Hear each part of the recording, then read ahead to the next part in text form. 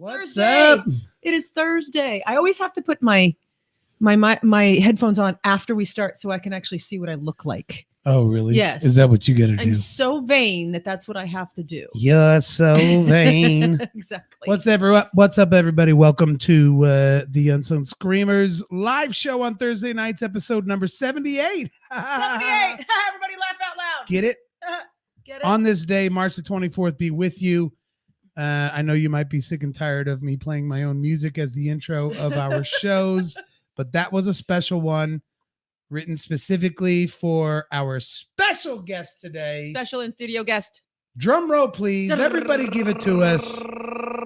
Here we go. My mama Gail. There she is, right Hey. there. There she How is. are you guys? Good. How are you? It's so fun to be here. I'm so glad to have you Yeah. here. Yay. We get to play with Mama Gail in the studio. This is too fun. This is fun for me. Yay. Yeah. I love it. Love it. And we'll have comments coming in. We'll have questions. And Oh, go over there and push that button on the. Well, you could do that too, I guess. let's just Yeah. do that. I was hearing myself twice, and so I'm like, what the heck Yeah, is going no. on in this Okay. world right now? So everybody's here. Everybody's here. We got Brian, we got Jared, we got Bono, we got Brian again. Love your shirt, Dan. I have one like that. Yeah, we might talk Princess. about this shirt a little bit later. Maybe so. Maybe Yeah. so. So here we are. Here we are. Mama Gail's here. Sitting in Yeah. the studio having a brewski. She's alive. Yes. I almost hold on just a minute. Okay. I almost She almost. Yeah. All right. hang on. All right. We're waiting. She's disappeared. Yep. She's disappeared. Hang on. Just gonna find something real quick.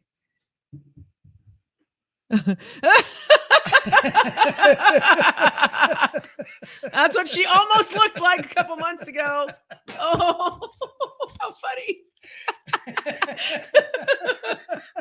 You're the best. She's so funny.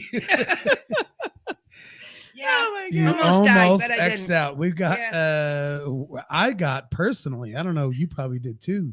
Several people texting me is, hey, Yeah. is your Yeah. mom okay? Where's Is your mama? mom Where's okay? mama? Where's mama? For those of you who need to be caught up, just a few weeks ago, well, shit, we're probably up to a month or a month Well, and a half ago. I was Since you've been all better. of February and half of March. I mean, the half of March, I was not going to die, but I was still, you were still not up to par. really weak and not feeling good at all. But Yeah. I'm doing much better. Thank you. That's so good. But Yeah. there was a moment there that you were not well No, at all. I wasn't at all. Bonnie and Tracy came down, bless their hearts, and saved my life. And because my oxygen level had dropped really low, and I couldn't breathe, and so I could have died in my sleep because my oxygen level was so low. And But it was the dreaded vid word, right? It was the dreaded. They think I think you didn't I get don't properly really tested. know. I mean, it wasn't like tested, but Yeah. I didn't have the things like no taste, no smell, things like that. But I've always had trouble with allergies in Springfield. Yeah, And every yeah. year. And that's what it kind of felt like at first. Yeah, every year I usually have to get a Z-Pack Mhm. to get me through it. But this year it just got worse and worse and worse. So I can't really put a name on it, but it almost killed me. It sure So, felt like that. Yeah. yeah. And I'm glad they came down to They did. get you back. They did. And of course they rescued me, bless their hearts. And thank you so much, because I wouldn't be here today without them.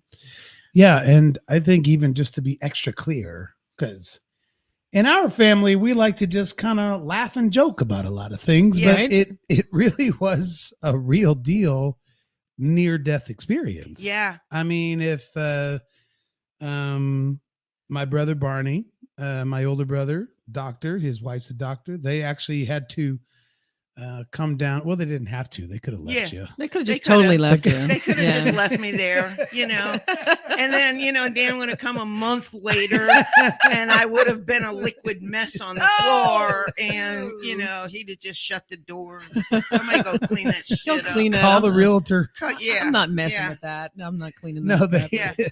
they did come down and Yeah. really found you in a bad spot. They did. And And- in fact, when they walked in, I was laying on the couch, like curled up in a fetal position. And I knew I was dying. I just knew I was dying. Oh, boy. Okay? I mean, that was what was going through my mind. And I was like, I wasn't scared. I was like, just take me, Lord. Just go ahead and take me. It's okay. I want to see my mother. I'm all right. I believe in God and all of that kind of stuff. So I really felt like I was getting ready to die, you know. Yeah. Yeah. And they came in, they put the first thing they did was put what's the thing they put you on with the bag hanging? IV. Oh, an IV. Yeah. Yeah, put me on an IV right away and that kind of stuff. And I slept 12 hours. And then every day I did 3 breathing treatments a day for like 2.5 weeks. Sheesh. And finally, and I had a lot of steroids and stuff I had to Yeah, take, yeah. you know. Anyway, She's back. I'm back. She's back. Guess who's I'm back? back. I'm Guess who's back. back? That's right. That's right. Feels so empty without me. Yeah. Yeah. You guys still got a lot to learn from me. That's right. You're not done yet. I'm not done yet. She's Yeah. not done yet. So In you fact, I'm thinking of some things that I want to start doing. I'm really interested in the Jimmy Buffett Club. the Parrot Heads. The Parrot Heads. Yeah. I think they have a lot of fun. I think so too. So I'm thinking about, going to their meeting, seeing what's up with that. And also I have a friend that works at Harmony House, and that's a safe place for women and children who are in need. And she cooks down there on a Friday, and they really need a lot of help. And I would like to work with that area of women. I really, my heart is there for Absolutely. that group of people. And so I'm going to make an appointment to have an interview down there and go through the facility. I really don't want to work a desk, answer the phone. yeah. I want to cook. Yeah. I like cooking, and cooking is nurturing people. You know what I'm saying? For sure. Yeah. Yep. And we've got lots of comments from we from already you. got some stuff firing off here. Yeah. Okay. What you got? We got a hashtag story time from Jared, of course. He wants to ask you, when was Gail the most nervous and also the most proud of Dan as a musician / performer? Oh my gosh. I was proud of him at every performance, whether it was Johnny Cook Public or it was Machine Gun Symphony or whatever he was doing. I was always proud of what he was doing. The most nervous I think I ever got with him was when he climbed the tree in Nixa. And I couldn't even find him. I mean, he was singing, and I'm like, where is he? Yeah. Where is he? I'm looking all over the place. I couldn't find him, and he was up in the tree with the. So that was one of the times I was most nervous. I would think so. I Yeah. would think so. That is fantastic. That story's legend. So It we is. Joshua Poole says Mama Gail rocks. Mama Gail Fritz rocks. We have Vanessa here. Hi, all. Vanessa says hello. Hi, Vanessa. Hi, Joshua. Kareen says, hi, Mama Gail. So love good to see Kareen. you. Yeah. Jay Stevens says, aw, Mama. Heather is watching from around Pennsylvania. She's an old Statler fan. I got to meet her a few times. Yeah. So she's watching tonight. Hi, Heather. Good to see you. And she also says, glad you're feeling better. Thank you. And Jared says, of course, ha ha ha, the tree story. How Lord did I know, crazy Yeah. bastard. Yep. Yeah, that's good. Good. I love it. Sorry. Oh, so earlier Jared had written, hello.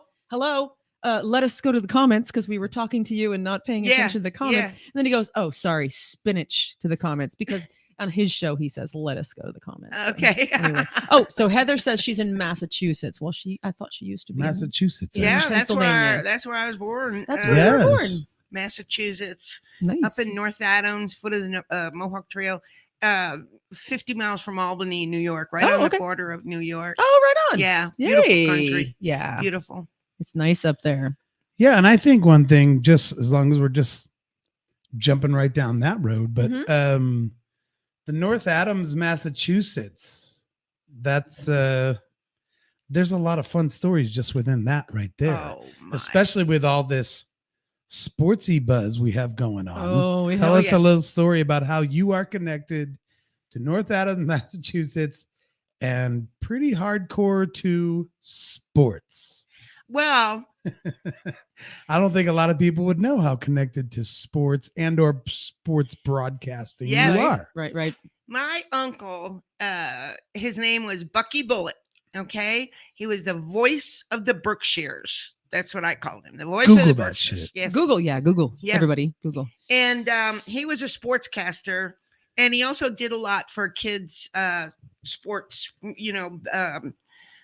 basketball and all that kind of stuff. And he would take us to Archie Moore, who was a boxer, had a camp right there in North Adams, Massachusetts, and he would announce the next boxing, not boxing, but wrestling that was going to be the next ones up. And of course, my cousins and I, Ricky and Denny, we were a threesome. And I spent the summers with my grandmother. And so it was wonderful. We would go to the wrestling matches, and we loved it when it was women wrestlers, but we really loved it when it was midget wrestling. little people wrestling. Oh my gosh, that was the best. Oh, my. You know? What year are we talking about? We're here? talking, let's see, 56, Oh, wow. something like that. I Mhm. mean, So this was kind of the beginnings of like pro wrestling, well, kind of what turned into like WWE type I mean, wrestling, yeah, right? that kind of stuff, Wow. that kind of stuff. And he would let us go with him on Friday nights when he announced the next group that was two people that was gonna wrestle and stuff like that. And we had a ball. We ran around that place like it belonged to us, And on Saturdays, he would let us. He was the Joe Rogan of the 50s. He was, and he had a great voice. Now, the thing about him was he had tuberculosis when he was a young man, and they took out one of his lungs. So he was like this shrivelly kind of man with only one lung, but he had this booming voice. That's why Wow. radio was so big. You could have, if you had a great voice, it didn't matter if you looked like Frankenstein. Right. You had, you really It had. was a giant It was a asset. giant asset. Yeah. And he had the voice for it. But anyway, they built a memorial for him right in front of City Hall. Oh, wow. Yeah, and it says Bucky Bullitt. I did this thing. Hey, listen, if there's ladies out there, well, men can do it too if you want to, but if you're feeling like you're not enough, if you're feeling like you don't have the self-confidence or you're missing something you feel like in your personality, let me tell you how, and a woman told me this years and years ago. She said, what you want to do is you want to do something for someone anonymously and never tell anybody. You can't tell Ooh. anybody. Yeah. Never. And what that does is it builds up a self-esteem and a self-confidence in yourself because you have this secret that's only between you and God. But it's a good secret. And it is the Right? most fulfilling Wow. secret. It really is, because it's so hard for us to not tell something Oh, we've yeah. done good. Right. We want to tell everybody, Oh, hey, yeah. look what I did. This was such a good thing. But if you do it and even the person you do it for doesn't know it was you, Mhm. it's done in secret, and you never tell another living soul, you have it's incredible how much it builds you up. That's great. Mhm. But I did this thing for my uncle, and I finally did tell my cousins because people had said to them, hey, we've been to Cooperstown and we have found a brick that says Bucky Bullitt, voice of the Berkshires, and they're like, we don't know who did it. Well, we're totally clueless who did it. What was me? Oh, And I had all the paperwork Cat's for out of the bag it now. and all that stuff. Well, I told Denny. That's why I'm telling you Oh, now. I gotcha. But I told Denny Denny, was Bucky's son. right? He had 4 boys. That's your cousin. right. Yes. And I had bought that brick for him, and like I said, I had the paperwork for it and everything else. And so I told Denny about it one time, and he just started crying because he's like, people are coming up to me and asking me, hey, who put this brick in there for your dad? And he's like, I don't know. Oh, I don't wow. know. So I sent the paperwork to him, so he had it, That's as a cool. reminder that that's up there. I've never been back to Cooperstown to see the brick, so I know it's there someplace because people were coming up to my cousins and saying, "Hey, I saw the brick of your dad." So anyway, I just say that because that is such an important way to fill yourself with confidence, to do something that nobody knows. That's interesting. Yeah, I it haven't is. heard of. I mean, Yeah, try it sometime. there's a lot of times there's that, you pay it forward to the person in the Right, drive-through, and sometimes, right. but they can see it's you and they Right, wave or right. whatever. Right. And I've done that a few times, but that's a good idea. And Yeah. I've always said that it seems like you get more humble people when you don't want your name on the building that you donated. Yeah, Like, yeah. Just call it the Children's Center, Yeah. not the Williams Children's Center. Right, Just putting right. your name on the building. Right. I don't know. It feels more. I don't know. Yeah. That's good. I love that. Yeah, that was just a lady that knew I was going through a hard time, and she said, "This is going to make you feel better," Wow. and it did. Another lesson she taught me was, when you're in a situation that is like making you anxious and nervous, and you don't know what to do, and you don't know, you can't make a decision Mhm. about it. She said, "Hunker down." Didn't you ever notice when you come upon a rabbit, they'll hunker down. They won't go here or there Not right until away. Yeah. not right away. They hunker down and they watch everything that's going on around them, and then they make a decision. Mhm. That's another piece of advice she gave me Interesting. that I've treasured all these years. Mhm. Yeah. So Nice. I think you wrote on our bathroom wall, when you're going through hell, just keep going. just keep going. Yeah. Yeah. Yeah. I Just love it. keep going. Just keep going. 'Cause Just you'll keep come going. out the other side. Just and nothing else. Yeah, If you're going through hell, just just keep going. Just keep going. because you'll get through it. That's the Yeah. whole point. Right. Nice. I love it. I love it. I think one thing that could be a fun subject is, as a result of Bucky Bullet, your uncle, Yeah. you had a very close relationship with his son, Denny. Mm-hmm. You guys grew up, you was kids, you got Yeah. babysat together, you lived life together. Denny went on kind of as his, as he should. Well, I'm just saying Did he become an announcer? no, Oh, but almost like he followed his dad, kind of looked up to his dad a lot, and started getting into sports memorabilia. Oh, At listen. how young? I mean, the situation with you and Denny, and Denny's relationship with his dad, Bucky Bullet, we just talked about, blah blah blah blah. It's pretty wild how that sort of, Yeah. turned into what Denny had become too, Well, as far as the sports stuff. yeah, sports fans. He had 4 boys: Ricky, Denny, Kevin, and Tommy. And all 4 of them go up to him and ask him anything that has to do with sports. Take him to a sports trivia bar. Nobody can beat him. Yeah. Nobody can Yeah. beat him. Yeah. I'm telling you, they, the influence of their father was huge in their life. it's Huge. cool. And the influence of your dad to you was huge too, as far as your creative abilities and stuff. Comes nothing from me. I do not have that in me whatsoever. Okay, not a bit. But your dad was very creative. He could be a genius at creating things, and that's where you get it from. And I recognize that all the time. That and that German kind of genius kind of stuff. I see that in you and your brothers, and also your love of music Mhm. came from him, Mhm. which was very heavily implanted in you at a Yeah. very young age. Yeah. All I got is my sense of humor. That's it. Well, I think you've been I was just thinking about this before we decided to do this tonight, but I think you've actually been super creative, just not in the same veins Yes. as something like music, or, for example, the brick, Yeah. that's an extremely creative story, really. I mean, to think of all the things that you could do. I mean, you could also just go hand a homeless guy $10, and Yeah. and I know you've done that a million times, and You could just go help somebody, blah, blah, blah, blah. But to actually take whatever effort it took to get that brick made, to get that brick laid, wherever it is, whatever it is. It's in Cooperstown at the Baseball Hall of Fame. Yeah. Yeah. So that is extremely creative. It's just not the same as Building something. building something or writing a song or Yeah. something.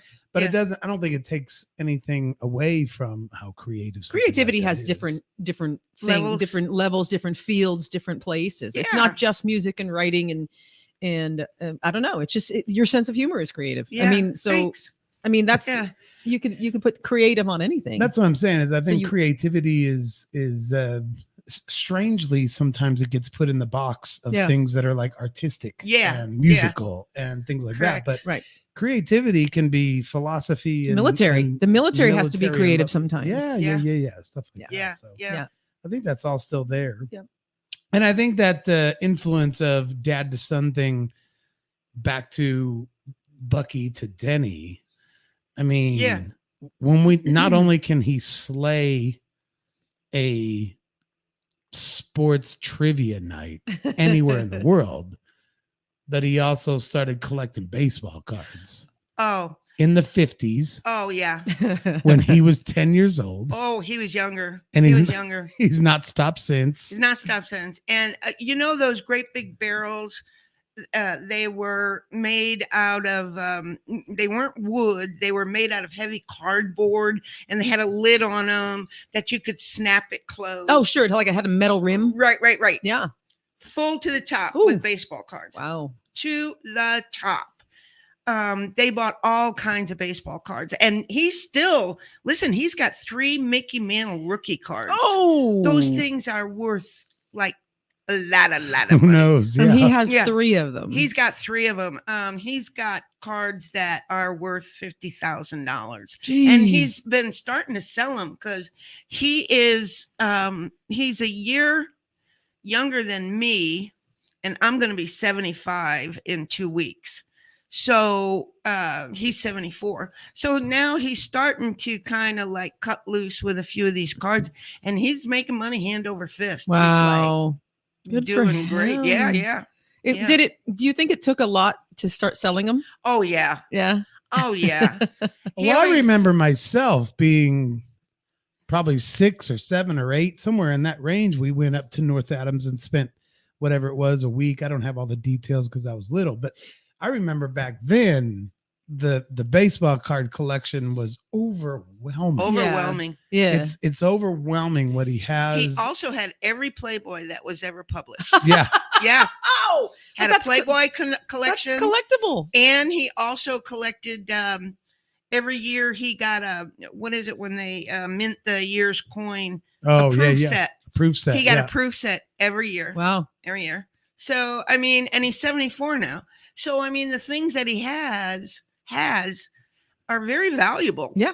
Very Yeah. valuable, and he still has them. But you know, it's part of his identity. Yeah. Yeah, know? I was gonna say. I think what's even more valuable is the story that he even Right. does this. Right. I mean, sure, his cards are he arguably might have one of the greatest baseball card collections in the United Right. States. Man, it sounds like Right. it. I'm not even exaggerating. Yeah.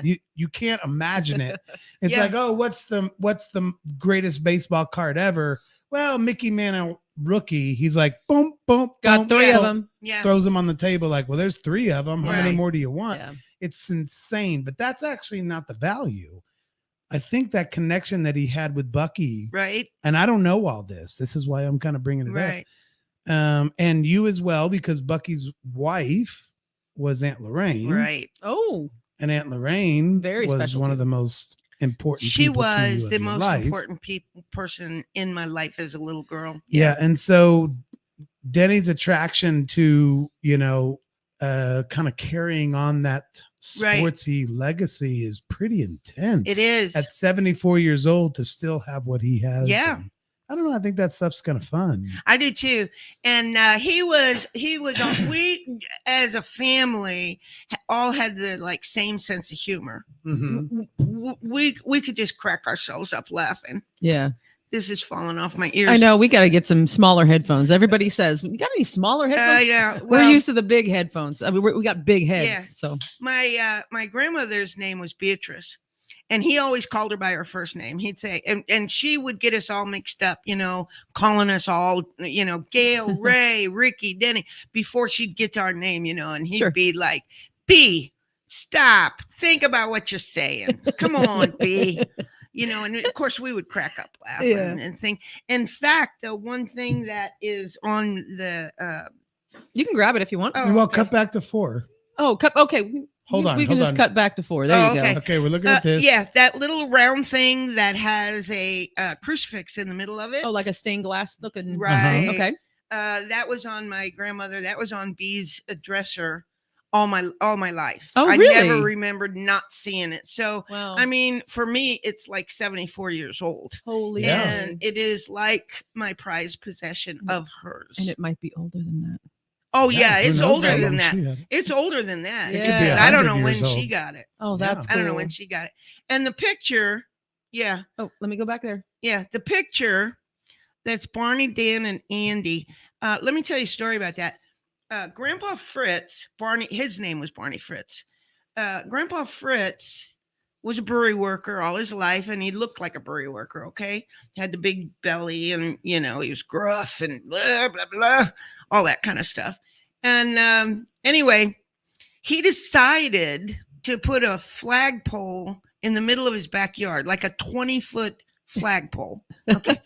I'm like 20 years old. I'm like, what the fuck is he doing? Right. Because he had to get all of us out of the house to like walk the flagpole up, Iwo Jima style. as exactly as it was going down in the concrete. Okay. Yeah. And in the meantime, his pants fell down to his ankles. And so, of course, I'm laughing. I'm like, and he's like, "What are you laughing at?" But we got the flagpole up. But of course, then years later, Tom had to do the same thing. He had to put a 20-foot flagpole in our backyard with concrete around it and stuff like that. And he called all you guys out. I didn't dress you like that all the time. I mean, We're just you don't flexed out. have any shoes on. Those pants that Dan has on were handed down to Andy. I'm telling you, what a mess. What a mess.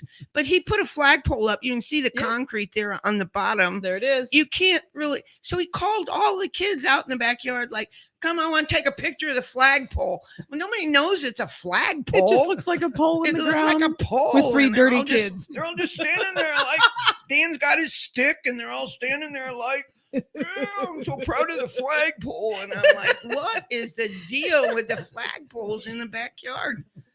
Anyway, that's what that picture is. That's what from. that picture is. That's Yeah, good. It I love sits it. on my nightstand next to my bed. Yeah. So I just wanted to pop back real quick Yeah. to Yeah. one of our regular viewers, just so you know, you've probably seen him on here because you watch our show sometimes. We always say Jateri Jones. Mhm. He says, "This woman is responsible for Dan. We need to talk." Hey, listen, do you know how many times people say that to me? And you know what my answer is? What is it? He was a foster kid. He was a foster kid, and I did everything that you're supposed to do with foster kids. Locked him in a closet, burned him with cigarettes, beat him, everything else, and I still couldn't break Couldn't him. make him go away. But you have no idea how many people say that to me. I'm like, Nah. what can I say? And you sit there and go, "Yes, Yes, I am." Yes, I am. I love it. He was named after the song Danny Boy. He was beautiful, Oh, really? Oh, I knew Beautiful. that. I knew that. beautiful baby. Yeah. Yeah. He was a beautiful baby. He He was a still is. beautiful baby. Yeah. Well, I mean, Yeah. I've got to say, and if this is an apple pie story, we can apple pie it if you Okay. want, which means shut Yeah. up and let's move on. But don't let Mama Gail fool you. Okay, she's not just this sweet little lady. Let's talk You about. want me to get the tent pole out? No, I won't go Oh. there. Oh, the Let's- tent pole. I deserve that. Woo. Let's talk about the time that a giant group of teenagers stole a bunch of beer out of our car when it was parked on the street one night. Oh my God. Oh, Or is that an God. apple pie story? Well, we it's can like find out if Mama Gail is just so Oh. sweet. I'm telling you. It's not one I like to relive. Let's just say that. But I think it's one of the greatest stories oh my gosh, of my maternal life. your M- maternal, maternal life. Life with my maternal. Yeah, life with my Okay. maternal. Yeah. Well, It's we had literally before we go on. It's she says something. Oh, you got all this from your dad. You got all this. This story is something that I got from. She's a much bigger reason why I am the personality that I am than she thinks that she is. Because I love this story. This is one of my most favorite stories of my mom. we were having a shift picnic for your dad's work. He worked at Anheuser-Busch, and every year they had a shift picnic, and he would get the brewery would give him like cases, 10, 20 cases of beer to Or- have at the picnic Or like 100. or whatever. It was Yeah, huge. Yeah. And it was all in the back of station wagon parked in front of the house. Because the And picnic was the next day. Right. And I had my bedroom window open, and all of a sudden I hear out on the street these kids like making a ruckus, and I look out and they have the back of the station wagon open, and they're stealing all this beer out of the back of the station wagon.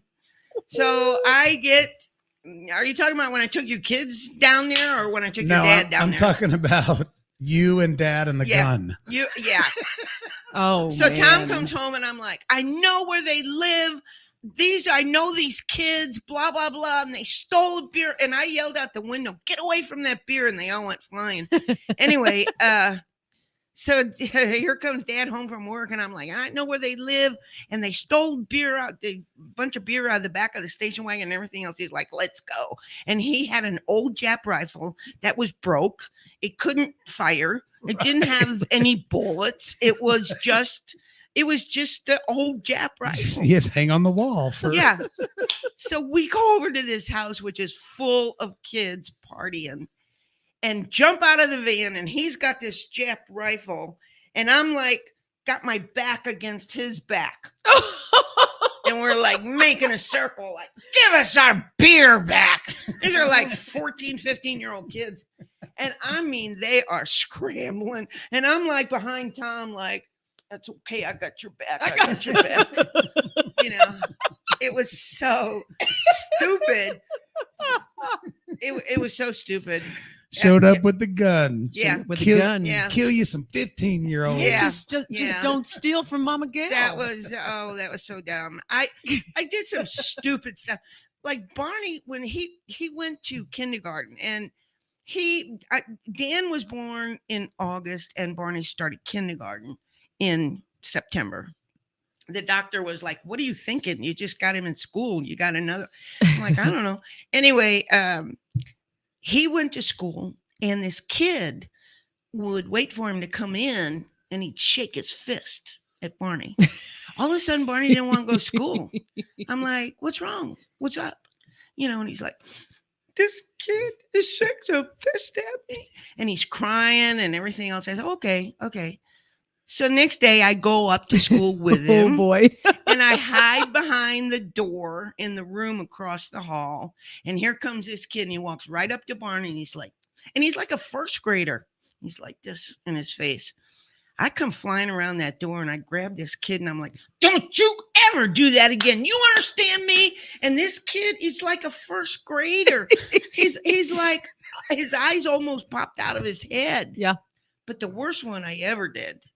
The worst one you ever did. The worst one I ever did was Andy. We had a park that was like a couple doors down from our house. Andy was about 6 years old, maybe 7. He's like, I want to go down the park. I said, okay, I'll be down in a minute. It That's was my younger nothing. brother. Yeah. It was nothing, to let the kid go to the park. Especially in the 70s. Yeah, it was like no big deal at all. So he goes down the park, and he's not down there 5 minutes. He comes back. He's crying his eyes out. I'm like, Aw. what's the matter? What's the matter? There's a kid down there, and he's picking on me, and he's crying. I'm like, okay, let's go down the park. So we go down to the park, and I'm like, okay, point him out. Tell me which kid it was. And he's like, that one right over there. And the kid was in diapers. He was in diapers. Yeah. I'm like, we need to go home. This reminds me of a story that you and my mom would have gotten along great, because there was a time that we were traveling / my mom had a best friend who had 2 kids, and it was Trevor and Owen. So Trevor was my brother's age, and Owen was 2 years younger than me. So this little Owen was probably 2.5. Yeah. Kind of, sort of still in diapers. And I was probably 3.5 or whatever, 3.5, 4, 5, whatever. We were young kids. But this little kid, this little Owen was the little one, and he would bite. He would bite us. Yeah. And it was like one of those things where my mom would kept telling him, and the mom of the kid was like, stop that, Owen, stop it. Yeah. And slap his little hand or whatever. Don't do that. Like constantly trying to tell him not to do it. Right. But my mom thought he just didn't understand how it hurt. So Yeah. she bit him. Oh, okay. She was like, Owen, not hard. Yeah. Enough to be like, ow, kind of thing. Yeah. But she was totally like, he needs to understand what he's doing. So grabbed his arm and I bit him on the arm, and he's like, ah, Yeah. screaming. Yeah. The mom got pissed, Yeah. and my mom was like, he needed to know what he was doing to my children. Yeah. I was just like, oh my My God. gosh. I know. You could never do anything like that these you days. couldn't. I'd be in jail. But ultimately, the mom was like, "Oh, okay," because Yeah. he quit biting. Yeah. He quit biting us anyway. Yeah. I was always defending my kids. I mean, Dan was like 40 years old, and I was still defending him. And he'd be like, he'd get in an argument with somebody, and he would turn around, whip around me, and say, "Mom, don't defend me." Yeah. I'm like, okay, Right. oh, okay, I'm done. Okay, Yeah. I'm done. These tiger moms that dive in, when the boys are young, especially boys, when they're young, it's great. But when they start to get a little bit older, it's like, can you stop? Can I? Yeah. Can you Yeah. stop? We have some comments, so I just want to go back real quick to that Heather that lives in Massachusetts as well. She said, "This is North Adams is a beautiful part of the state." She says, "I'm in Raynham, the opposite side of the state." So I just want to throw that at you so you know where that kind of is. Jared also says, "That sounds like much better advice than the change advice and the birthday song. Drop the change And singing and birthday, singing birthday too high. Oh yeah. So that's 2 different things. And then Tom Hembry's funny. He helped us out with some sound issues. He says, "Bring back the clicking noise, please." Just FYI. I just had a conversation with Tom Hembry on Facebook about Tyreek Hill. Oh yeah. I'm sick. Let's touch on that here Yeah. a second. But Kareen wanted to say, does Mama Gail have any good stories about you as a teenager? Yeah. As a teenager. Yeah. Well, I have to think about it, because Tom came and got me out of my Girl Scout meeting and took me to the church, and so I was married like really Tom is young. my dad. Yeah. That Tom, not Tom Hembry. No. Yeah, right. Yeah. Right. No, I was really young. when I Barney got is my married. older brother. Andy is my younger brother, and Tom is my dad. So if Yeah. she keeps telling stories, you'll Yeah. know. That's Tom. The players. Yeah. The players in this Exactly. story. And so funny things as a teenager, boy, that's a long time ago. I'll have to think about it and come back to that. Okay. But so talk about Tyreek for a second. You were just saying about something. You had a conversation, and I was sick when I heard, of course, Barney's like, sends me a text like, "Hey, did you hear about Tyreek Hill? He might be coming to the Dolphins." You know, Barney's a big Dolphin fan, has been since he was 7 years old. In the past 30 years, they haven't done shit, but he's still faithful, you know. For anybody still that's not a loves him. sports fan, we're Yeah. talking about NFL football Right. and the fact that Right. Tyreek Hill was an amazing Chiefs player this But past few years. I love Tyreek Hill. I mean, he's fast as lightning. Call him the cheetah. He's got a lot of stuff in his past that was not good. Mhm. Okay. But you know, I was talking to Tom just today or yesterday, and I was like, you know, I think maybe him being around Patrick Mahomes and Travis Kelce for the last 4 years has made him see what a good man he really can be, and has changed his anger into pride of what he's doing. I hope so. Or maybe the Chiefs are ready to cut him loose. I don't know. I think it was the $12.5 million that is what made him go to the Dolphins. But I really do hate to see him go, because, man, he is very, very talented. Super fun to watch, for sure. Yes, he is. He is. He's like lightning. Give him the ball, and he's like, I might even start watching the Dolphins now that he's going to be a player down there, because I do really like his talent.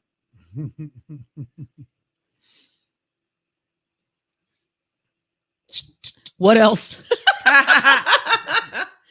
And that wraps up my life. You can order a What Else Yeah, t-shirt at UnsungScreamers.com/shop.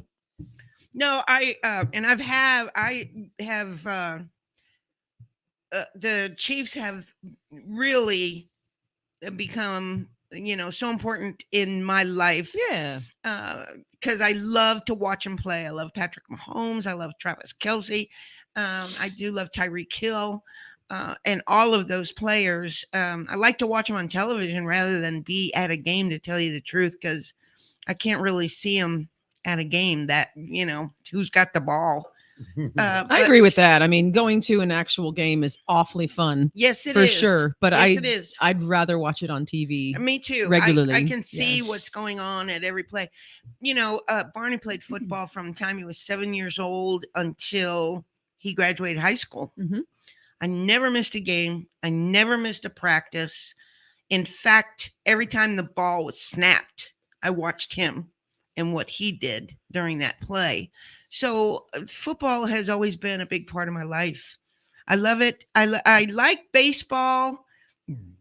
Denny's biggest sport was baseball, and my Bucky Bullet was baseball, and of course the Boston Red Sox and all that kind of stuff. But I was always more of a football fan.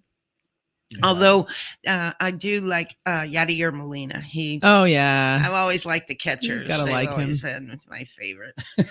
Yeah, catcher's your favorite. It's so funny how people have their favorite player, even in baseball or whatever. 1964, the Cardinals won the World Series, and Tim Carver was the catcher. And I was in love with Tim Carver. I was like, if he could just see me, he would want to marry me. I was like 18. If he could just see me. And that still qualifies as a teenager story. Yeah. Yeah. Yeah. And I was working at the Bank of St. Louis at the time, in the basement, printing checks. Printing, like if you ordered your checks, it printed your account number. Oh, wow. Okay. All right. So that's where I was, in the basement of the Bank of St. Louis on 9th and Washington in St. Louis, Missouri. And the Cardinals won the World Series. And so they came down Market Street, was right in front of the Bank of St. Louis, and they would cheer to the crowd. Oh, wow. So I was waiting to see Tim Carver. If he sees me, he's going to want to marry me. I'm looking, They passed by. He didn't see me. I ran all the way over to Olive Street, because I knew they were going down to Broadway, making a right and coming up Olive Street. So I ran all the way over to Olive Street to see him come again. I'm right here, Tim. I'm right here. Have you got the ring? I know you want to marry me. I'm like, yeah. He didn't see me then either. Yeah. Bummer. Yeah. Dang. And I was a big fan of him. And who was the other catcher I really liked? Oh, shoot. I can't remember. Why did you like catchers? Well, I'll tell you the truth. Ricky and Denny both played Little League baseball. And they had Ricky's team. Ricky pitched a no-hitter when he was like 12. Wow. Yeah. It was amazing. He later lost his leg to cancer, but he's still alive. He's older than me. But anyway, they had a catcher on the team, and his name was Johnny Gould. And he always used to sing, "She rocks in the treetop all the day long, rocking and a bopping and a singing this song. All the little birds on Jaybird Street love to hear the robin going beep, beep, beep, rockin' robin, beep, beep, beep, rockin' robin, beep, beep, beep." Anyway, he was kind of chunky, and he would sing that all the time, and he was always, and I loved him. I thought he was so much fun. He just really made my personality just happy. Nice. I was always happy to be around him and to see him. And I think that's where I got my love for catchers. That explains it. Yeah. Yeah. But you were a child then or a teenager? Oh, I was like 9, 10, 11 Okay. years old, stuff like that. But That's great though. I just thought he was great. And from now on, you're just a catcher fan. Just catcher Cool. fan. I love it. Speaking of your time working at the Bank of St. Louis, I'm interested to hear you tell the story of your significance to the St. Louis Arch. Oh, yeah. The St. Louis Arch was built or finished in 1963. Also, the St. Louis Stadium, Busch Stadium, which, by the way, I have outlived a stadium. Yeah. You watched it get built? I watched it get built, and they tore it down. Oh my So God. I have actually. I'm like, how does that happen? That's pretty significant. That's It is pretty pretty awesome. significant. I outlived a fucking stadium. Right. Anyway, the St. Louis Arch was being built at that time. I had an hour for lunch at the Bank of St. Louis, which was on 9th and Washington. So 9th Street meant you were 9 blocks away from the Center. riverfront. Yeah. Yeah. So I'd walk down on my lunch and I'd watch them build the arch. Wow. And they had a thing where you could go to the city hall in downtown St. Louis if you wanted, and you could write your name on a paper, and it was going to go in a time capsule when they put the last piece of the arch in. Oh, wow. So I went to the city hall. I wrote my name, Gail Trudeau, put it in the thing, and they put it in the time capsule, and it's up there in the last piece of the arch. Holy crap. And I was down there when they put the last piece in. That's so That's freaking Yeah, cool. Isn't that awesome? I got goosebumps because Oh, did you? we watched a video of that when we were, I don't know, Yeah. in junior high or something Yeah. like this. And we watched it. I didn't know that. I didn't know there was Yeah. a time capsule. Yeah, and- which for Yeah. anybody who doesn't actually know, you may or may not. The arch was built both legs at the same Yes. time. Right. And so it got to a point where there literally was one last piece to put in. Right. How about connect the them. engineering that got And that it, to work? right, and it had to be perfect, and Could have been like and they this. weren't even sure, because if it was off even just a little bit, Yeah, start and over. it wasn't. No. It actually came up and they were off by like a half inch or something, and it took all this like twisting and moving just Yeah. to get that last piece to fit in there. Yeah. And your name's in the And your time name's in the capsule. In the Yes. time, yep, In in the the top top of of the- the That arch. is The freaking arch cool. to this Yep. day. Yep. Gail Trudeau. Gail Gail Trudeau. Trudeau. So I had a question the other day. Somebody asked me because I don't remember who it was like, I don't know, even remember what it was, but we mentioned your last name, your Uh-huh. maiden name was Trudeau. And somebody said, is she related to that guy in Canada? I probably am. If you go far enough back, I probably Right. am. Because Old my Justin. grandparents came down, my Mime and Pepe, we called them that because they're French. And they came down out of Canada into Michigan and over to where the mills were, Mhm. which was in New England. They had all of these mills that made cotton material. Material. Okay. Yeah. Yeah. Fabric. So I bet you are Yeah. in some way I'm sure. because he's yeah. from there. Yeah. That's awesome. We'd it's walk a very down. French name. It's a very Yes, French name. it very is. French. We would walk down, my cousins and I, we did everything together. We'd walk downtown in North Adams, and on the way, my grandmother, B, worked in the mills. And so we'd stop in the mill and she'd come out, and I mean, those mills banged so loud you could not hear yourself talk. And they Wow. always had to wear earplugs, when they worked in there. And we'd call her off the line. So she'd give us each a dime. So when we got downtown, we could go get something, that we wanted at the apothecary. So we'd stop by and see B. She'd come out, she'd dig in her apron, and here you go. That's Sure. awesome. So Shell, going back to baseball, Shell says Kareen was a catcher, so that must be part of your gal's connection, Oh, absolutely. Absolutely. right? That makes sense. It makes total sense because I love her dearly. And she also says she needs a shirt that says, I outlived the stadium. Yes, I Yeah, will that have would- one made. That way, and then Busch Stadium. Yeah, And I put- outlived Busch Stadium. Absolutely. Absolutely. Who'da thought Watched that? it. Watched it get built. Watched it got torn down. Watch- Now to get this tore one, down. this one might be a little dirty. Jared's getting a little dirty. He says, "Hey, Gail, I like catchers too." See there? See there? Okay. Rubs off. And then Stephanie Cagel's here. Finally, she says, Yeah. "Oh my God, Mama Gail is on. I just came on. Ah. Love that she's in Dan's chair." Uh-huh. Yes. And so we also have, looks like another question. I don't know what it says. From Jared. It says, "Hey, Gail, did you know the Unsung Dreamers podcast used the St. Louis Arch in their logo? Not really, but I just love to fire up those two across the table." Oh, I know. I know. He is a little troublemaker. He's a little shit. Yeah. He's a little shit. He's a little shit. shit. But hey, I want to tell you about something, Jared. I'm a Sertoman. Okay, I belong to the Sertoma Club, Queen City Sertoma Club. There's multiple Sertoma clubs in Springfield. Yeah. Some are women, some are all men, and they support Boys Town, Girls Town. Our club supports also the diaper. What do they call it? The diaper bank? The diaper bank. We also support Jennifer. What's his name? Place feeds it. I've been there to feed the teenagers. Oh, oh my God.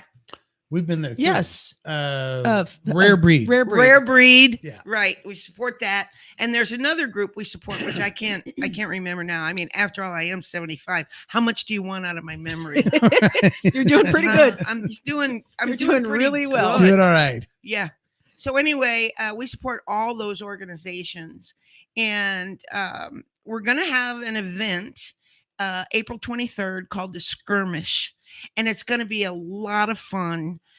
You meet where our facility that we meet, which is over on Independence Lane.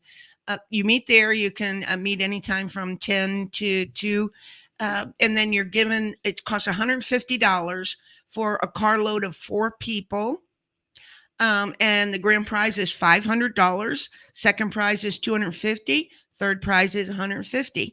And what you do is you get, it's kind of like a scavenger hunt, only has a couple of things that are different and fun. Yeah. You get questions. You have to find the place they're asking you to go to. You get your picture taken there so they know you've been there, blah, blah, blah. And there's all kind of fun sequences as part of the skirmish. Mhm. You guys are going to have a car. Yes. I Yeah, know. we're doing it. We're Yes. doing it. Yes. We are doing it. And Jared, I just wanted you to know that sponsorships are available anywhere from $100 all the way up to $2,500, $5,000. So it all goes to a good cause. So if you would like to be, if you would like to be a Sponsor. sponsor, or if you'd like to be in the event, Actually they're going to have participate. when you get back to the Sertoma headquarters that we are in, which is on Independence, there's going to be live music, beer, and then they'll announce the winners like at 5:00. The Cool. Unsung Screamers podcast challenges right now Look officially. in that camera right there. Challenges the Audio Rose podcast to be get a a part car. of the To get a car. Squirmish, Squeamish, Squamish, whatever it is. Skirmish Yes. Skirmish. on April 23rd. And You if have you to have, have We your challenge the Audio Rose podcast. If they end up not doing it, then I'm going to take advantage of every social media outlet I can to dog their ass when we do win. when we do because win. we are going to Because win. we're going to win. Oh, we're going to get it. So that's a challenge. that is a That's challenge a right there. challenge right there. That's better than Ice Bucket. yeah. man. Oh God. Yeah. We can have fun doing it. And what's Yeah. great is it's kind of done-ish by 5:00. Yeah, and if it you've got a is. gig or somewhere Yeah. to go that night, Right. you can still make it in time. Right, That's exactly. freaking great. You have to be signed up by August 16th. okay. I'm August 16th. Sorry. I'm sorry. April 16th. Oh, that gives a lot of time then. Yeah. Yeah. So April 16th. And it's on Facebook. You can look up Skirmish or Queen City, Sertoma, You've posted it before, so anything like that. I'm guessing most of these people watching right now are your friend on Facebook, so you I can just hope- scroll down and find Yeah, something. yeah. Anyway, it's going to be a really fun event. And all the money goes to help the children's Yeah. charities that we support. Wonderful. Yeah. Wonderful. That is fantastic. Stephanie Cagle says, Gail, you are a queen. Ah, She also said she's welcome down at her house. Yeah. all right. She lives in Florida. So she says, come to Florida anytime. My door is always open. Oh, I love that. I love that. She's I fantastic. love that. Thank you so much. Brian Betancourt says the Rare Breed is a great organization. Yes. Stephanie also says, Dan Fritz, I need your mama to come to Florida. That was the comment I was referring to. Oh, okay. But she already said her I door's need to go open. to Florida. She also says Jared Isaacs is in for 5,000. Oh, sweet. Oh, sweet is that? Stephanie signed him up. You will be I think Jared kind recognized. of responded to that. Did he? Yeah, let Right me here? tell you, we're just over here rolling in hundies. Yeah. So good. So good. And like I said, it's $150 a car, but that's for four Four people. So if you get two people to go with you, it's only $75 a piece Per right? couple. per couple, Per kind couple, of, yeah. or even split that in half. Right, and, right. Yeah. Right. And all the money goes to the kids. Yeah. Yeah. And you have a chance at winning more money. Right. Getting And your money there's- back or And winning there's more. beer at the end. There's beer Do and you- music at Do you the know end. who the music is? The Hendrickson kids? Oh, the or- Henderson kids. The Henderson kids, yeah. Okay. Melissa and what's his name? I want to say Michael. Does anybody know the Henderson kids? Melissa and I don't know. yeah. Anyway, yes. That's Deb Shelton's territory. That's Deb Shelton's territory. That's right. Yeah. Yep. Wonderful, wonderful, wonderful. So some more questions from your archive perspective or archive of Yeah. Well, the only thing that hit me a second ago was speaking of the beer at the end of the skirmish. At the end of the Sertoma skirmish. I think the first time I ever got drunk was with my mom. Oh, Oh, really? Yeah. Oh, It was. Look at you. Oh, yeah. Yeah, it was. It was. And oh my God. And his father, who drank beer every day of his life, he saw me. I let him have. I'm like. Okay, set the crying. scene. Set the scene. Okay. All right. So All right. Set deep the breath, set the scene. scene. We went to a Baptist wedding. Okay. Which was your own son's. Which was it? It was Barney's. Yeah. Was it? It was Barney's first marriage. Yeah. Yeah. Okay. Yeah. Okay. Okay. And it was at one of those Yeah. the Random hall, hall. one of those halls. Upstairs over a pizza joint or something. no, it was one of those like VFW Yeah, type yeah, places. yeah. And so The reception was. Yeah, yeah. The reception. and then was. we were at my house afterwards. Yeah. Yeah, we were at our house afterwards. Right. And then everybody started drinking beer. Well, we went to White Castles before we went back. Oh to yeah, our and house. Denny had come down. And we Castle. took Denny to White Castle, and we're like going through the White Castle line, and we're like, give us 15 hamburgers. And Denny's like, 15 hamburgers? What are you talking about? There's He wasn't only familiar. 4 of us. Yeah. He didn't know they were tiny. But back at the VDEF What? VDEF Hall. I don't know. I'm done trying. VFW? Yeah, I Yeah. don't know. I was probably in the 15 or 16. Yeah, probably around the 16 age. I was kind of going around to all of the tables at the reception, just sipping the leftover champagne. Really? Yeah. Yeah, like even if people had already drank some, I was like, whatever. We didn't have beer, did we? Or did we probably did at the reception, but I couldn't go up to the. we? No, I- no. I can't remember So that as far back. kids, You we were was just grabbing we the- was running around and just finding all the champagne flutes, and we were just. Did kinda, you know it was alcohol? Yes, yes, Okay. dude. I grew up with this shit, Oh, okay. but Gotcha. that wasn't no big deal. It was just kind of like, oh, that's funny. but it kind of broke a seal because I'm sure that mom knew what I was doing. So then we were all like, hey, the reception's over. Let's go grab some White Castle before we head back to the house. So then when we all loaded up in this, like, whatever 14 passenger van we had at the time, mom and I took the back seat and everybody else was in the seats in front of us. And we had a cooler between us. Of course you And did. so on our way to White Castle, she was kind of like, here you go. I thought it was funny. Yeah, it was funny. So then we got home. So by the time we got home, yeah, I'm already buzzing pretty good. And I let him have a wine cooler. And so he's sitting on the floor. And of course, Denny's there and all these people that came for the wedding. And My brother Tom's- just got married. Right. Yes. And And, Tom's- were they there? Were Barney and Stephanie there? They probably No, took I don't off somewhere. They else. went ahead weren't there. on? Yeah, they were. Yeah, I think they went. And So this Tom was the telling- after party of the Right. wedding reception. Yes. Tom Okay. was telling one of his stories and stuff like that. And he's sitting on the floor drinking that wine cooler. And he turns around and said, "What the hell are you doing?" And I'm, Mom gave it to me. I only made it about 20 minutes, and I was Yeah. like, You threw your mom under the bus? Oh, of course. maybe. yeah. Any chance. Yeah. Dang. Oh, yeah. I woke up Yeah. in my full tuxedo, face in the carpet. Nobody brought me to bed, just left me there. Horrible parents. Horrible parents. You got that right. Right. Hell yeah. Yeah, hell yes. Made you the beer drinker you are today. Yes, you are. Yes, Damn you are. Holy shit. Oh my God. I remember one time we were he had this guy that worked for him that did beautiful work. Scott, who owned the boat at Scott.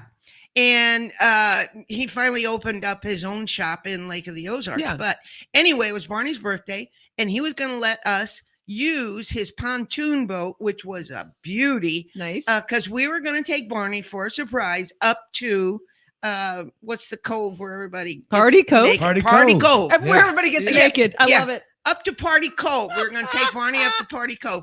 Well, Machine Gun Symphony had a gig that night at, what was the name of the place? Dog Days. Dog Days. The Okay. old dog days. Yeah, the old Dog Days. Well, it's the same place, but So it's they had before it was remodeled. yeah, they had a show that night at Dog Days. And so we're going down Lake of the Ozarks, and we went to the Cove, Party Cove, and No boobs. no boobs, no boats, nobody was there. Yeah. It was like kind of what? dead. It was dead. So we went to a couple bars on the way back, that were on the side of the shore and stuff like that. Meanwhile, Sean Turner is calling him like every 5 minutes. Where are you? Where are you? Where are you, Dan? And finally, One of the Dan- band members. One of the band members. And Dan is like, I'm with my mom. And Sean goes, is that supposed to make me feel better? Sean, you know me. Come know on. me. Let's have a good time. And Let's have a so good then time. follow through with that story. Then what When I happened? actually he finally got me over to Dog Days, and I got out on the dock because we were in the boat. In your regular clothes? Yeah. And as I'm climbing up the hill to get to where my clothes were, like the band was already on stage playing our intro.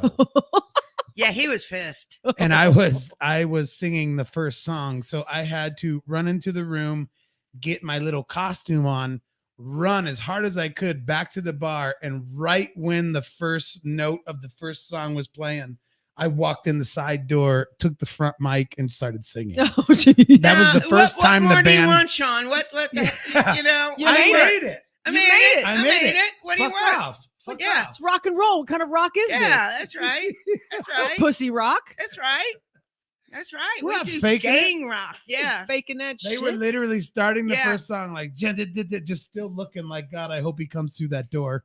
And you did. And Yeah. I walked in right when it was time to sing. Made I your know. fucking entrance. Can't imagine why you got kicked out. I don't know. Had nothing to do with me. 10 years later. Yeah, yeah. Not even. It was probably only a few years. Oh, Yeah. I don't know. If Sean was still in the band, it was a long Yeah. time later. I don't know. Oh my I God. don't That's know, but great. that was That's funny. great. He's like, I'm with my mom. And he's like, is that I'm supposed with to Is make that supposed to me make feel- me feel any better? better? Stephanie says, Dan, now I see where your story times come from. Yeah, that's right. Very good. Very good. Mike Recorder's here. He says, I'm late, but I made it. We got a different kind of show tonight. Mike McCorder. See what I did there? Yeah, Mike McCorder. I said Merc. yeah. Yeah. So he's just Merc. He's Merc now. How about Mercter? Yeah, he's been on Facebook. He's looking great. Yes, he looks fantastic. Yeah. He's taking care of himself. Getting healthy. Mom has a Mike McCorder original Photo. hanging on her bedroom Oh, wall yes. right now. Yes. Yeah. Oh, yes. He did a photo of Elvis that I don't think anybody else has. Right. But I really saw the beauty in this Oh, picture. it's so good. It's a good It's moment. So He caught a good moment. perfect. Yeah. His head's thrown back. He's got some Oh, sweat beads going yeah, on. it's like he's He's like, exhausted. You know, with and his he's guitar in just, his hand. You hit Mike up back in the day, and you're I like, did. "Could I please have a print of that?" and he did. And he hooked you up. Yep. Yeah.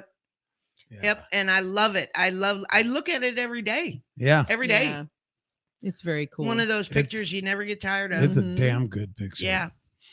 Jared says very proud of Mike McWhorter. Yeah, he's looking good. He's feeling better, being healthy, and all that kind of good stuff. I'm just going to go back to the comments for just a second. And so, talking about stealing booze, babe, at that wedding. Oh, so you were stealing wine and champagne 35 years ago, Shane Jennings? Do you hear that? Yeah. Because there's a story that you may not remember, but there was when you were doing. Was it the benefit? It was Janky Fest, I think. Oh, it was Janky Fest. I thought it when was it her- was at the Shuffle. right. And I was wait. It might have been the benefit because Machine Gun was there. You were dressing up for Machine Gun. It was the benefit. It was her benefit, wasn't it? Help us out here. Help us out. Well, Shane Jennings was there. Right. Not as a no. It wasn't the benefit It wasn't the because Shane benefit? Jennings didn't play. It was a Halloween. It was either the Halloween show. No, I didn't. Yeah, when I climbed up as June Carter. Yeah. That was Halloween. That was Halloween. Or it was a different show when I was performing with Thrill Fall. Anyway, But you were getting your shit on. I was getting all my stuff on backstage, and the Betancourts, I thought, had given me a bottle of wine. Oh, it was Janky Fest. That's why they brought him that wine. It was his Right, birthday. right. You're I think right. It was Janky You're Fest. right. Yep. And so backstage, when I was done, the band was actually still playing. And Ryan I was kinda, says yes. It was Janky Fest at Yeah. Shuffle. and I was kind of ready to go home. So I just packed all my stuff up backstage, and I saw the wine. So I was Yeah. like, well, that's my bottle of wine. And it was kind of laying on your bag anyway. So I packed it up and like, I cool, left. thanks. It wasn't mine. It wasn't his. It was Shane's for his birthday. It was Shane Jennings' wine. Yeah. And So- then it was a mystery for a couple of months. Like, where the hell did my wine go? Yeah. And I admitted it accidentally on our show. Like, well, I took the wine. I Yeah. thought it was mine. Yeah. So anyway, I'm known now around As a town wine thief. as the wine thief. There you go. So There So you go. that's what that comment meant. Do you Yeah. remember the Halloween I dressed up as you? yeah. Oh, I've got- yeah. I've got a picture of it. I've And actually got I that. won. It was at Shuffle. Uh-huh. It was and at Shuffle. I won second place. I've got a picture In right the co- there. in the Look at that. contest. There it is. And yeah. the theme of the Halloween Right? party You was can back up and be in the camera. dead rock stars. Dead rock star. And Yeah. so she dressed as Chef Christ As from Chef Machine Christ. Gun Symphony. It was a dead rock star. Yeah. I came in second place, won $50. It was fantastic. Yeah. And you and I, Dan and I, dressed up as John and June, but we dressed opposite. Right. Right. Because that was another theme. Wasn't it dressed opposite too? Mm, I thought the theme was like dress as a male if you're female, dress as a female if you're male. I don't remember. it might have been, Or was it just our weird Martin? but the main theme was She's like, can I dead- have my beer, please? dead. Oh yeah, dead rock star. Mama wants her beer. And Yeah. so Mom dressed as Chef Christ. Oh, that Yeah, was so yeah. good. It was so freaking funny and so awesome. I'm gonna put it up there again. Look at that. That was fun. So good. With Yeah. the hat and everything. Yeah. It Nice, was fun. Nice work. Actually, I do think I won. I think I got more applause than the people. it was Yeah, yeah. rigged. It was really was me. rigged. Yeah. Yeah. That damn contest was rigged. To dress as the That's dead fun. lead singer of Machine Gun. I mean, I that was know. fucking classic. Crazy. Yeah. There's so many people Yeah. that didn't understand the joke. Yeah. Yeah. Yeah. Yeah. And fuck them. Yeah. Fuck Yeah. them for not getting it. Jared says, Even Dan, the owner, said, "Who are you supposed to be?" I'm Right. like, you don't I'm even know. Dan. I'm Yeah. the singer of Machine Gun. Because he was, Yeah. he came dead. along. Dead. Yeah. Anyway, Jared says, yeah, but we can all agree that Gail smelled much better than Dan. Probably. Probably so. I would agree to that wholeheartedly. Oh, that was funny. It was so good. That was funny. And I tell you, did you see Eric when he dressed up as see, I'm starting to lose my memory now. The guy in When You Get Stuck Between the Moon and New York City. Wow. Dudley, whatever. Dudley Moore? Dudley Moore. And it was Arthur. Arthur. And he dressed as Arthur and he laughed and everything. I thought Are you that was talking Eric Gwynn? Yes. I thought that was the funniest thing I had ever seen. Yeah. He was so good at that. Yeah. Yeah. That kid's cool. I call him a kid. He's not that much younger, but I just see him as a kid. I don't know. So much fun. He's a good kid. Yeah. He's good people. Uh-huh. Yep. And a great bass player and singer. Yeah. Yeah. And a drummer. Yeah. He's a good drummer too. Yeah. Yeah. Right on. Yeah. We were talking about Eric Gwynn dressing up as Dudley Moore and Arthur. Yeah. For Halloween. That was the best. He did. Didn't he do like the guy from he did the freaking Dr. Evil? Dr. Yeah, Evil. yeah. Because he's he always did doing that. those impressions and stuff. Yeah. He's a good kid. at those. Yeah, he's a good guy. He's a good kid. He's a good kid. Yeah. He's a good kid. Oh, so any questions that you have for Mama Gail, go ahead and throw them up there in the comments. Yeah, throw some stuff up. Throw them up. Blech. Just throw them up in the comments. Yeah, whatever. So we're an hour 17 right now. Are we gonna keep going for a minute? Because this is super freaking Whatever. fun. I am enjoying the hell out of this. And whenever we fucking feel like. We're different. We're getting off our normal Screamers Thursday, and we're inviting a guest in the studio, which we might do more of. We might do more of this because this is super. I fun. think that's fun to just have a conversation. Mhm.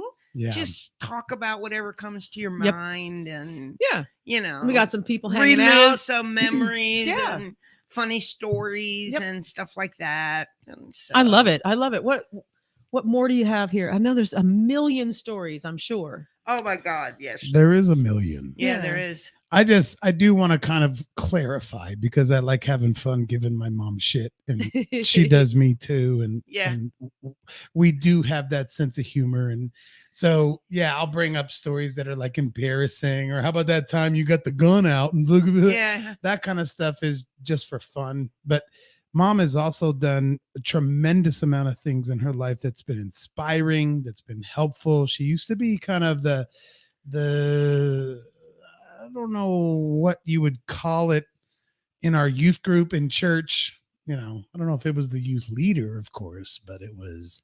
Yeah. She was She's been Mama Gail for fucking To a lot of people, more than to a just her lot- children. More people call her mom than I do. Yeah, that's true. I'm just like, hey, bitch, get over here real quick. I'm like, what the fuck's going on? No, I don't ever do that. But I'm just saying, there has been people calling her Mama Gail for as long as I can remember, who she's been very, very helpful to and very inspirational to and all those kinds of things. So let's make no mistake that, you know, we like to have our fun and tell our drinking stories. Yeah. But, there's a lot of really, really cool stuff too. It's been interesting because, and we've made jokes about this too. Like there was a time when I was in this band that was kind of like, oh, the talk of the town or whatever it was. Like I did that.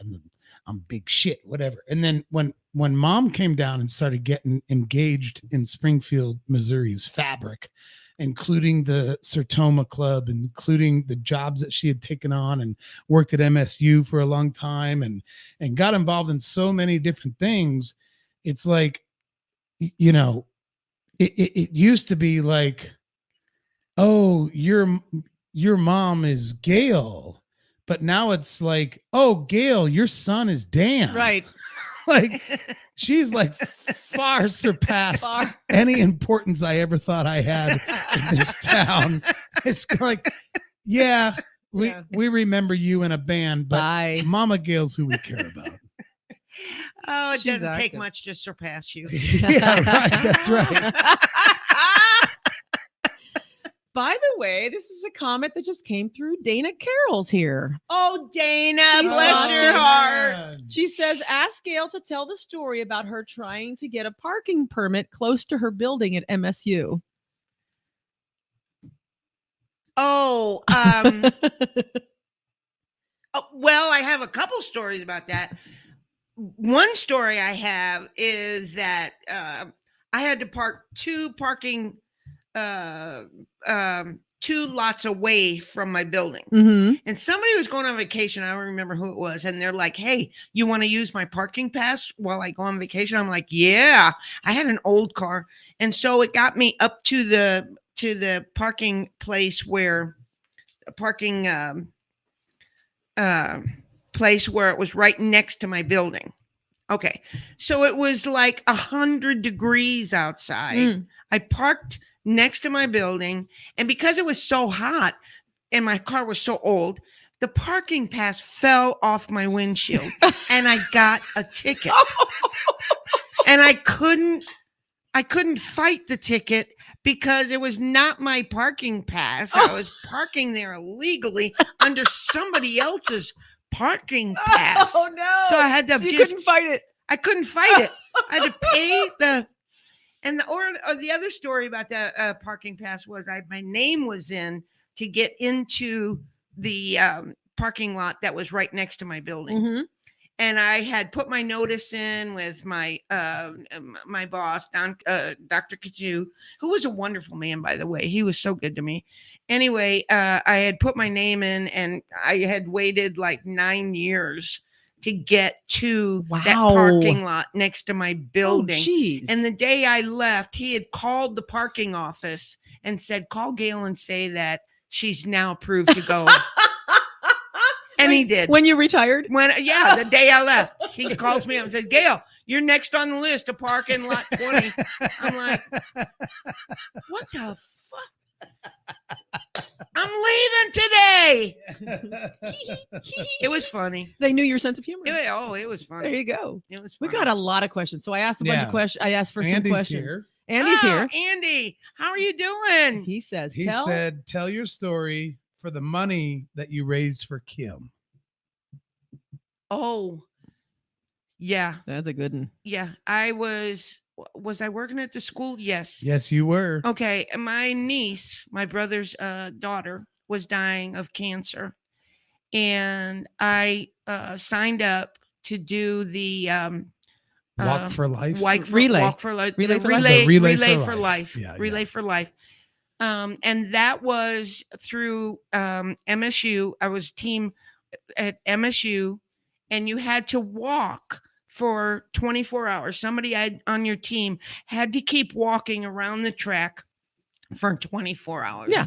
And you tried to get people to donate to sponsor you. I walked to do 2 that. miles or whatever. Yeah, exactly. Yeah. And I ended up being the highest what do you call it? You I raised the most I money. raised the highest most fundraiser. money of anybody. And for people who at have never Missouri been State to a Relay University. for Life, there's like a few Yeah. thousand There's a people lot of there. people It's- there. And a lot of people are Yeah. competing. It's not really a competition, but it is Yeah. just a Well, you're fundraiser. competing It's a to raise money fundraiser. for Yeah. And But I ended up winning. I ended up getting the most money to sponsor me. Thank you for reminding me of that, Andy. I forgot about how wonderful that was. And my poor niece, she did die of cancer. And this was quite a long time ago. Elvis was just a little toddler. like 2 or 3. Yeah, wasn't he was little.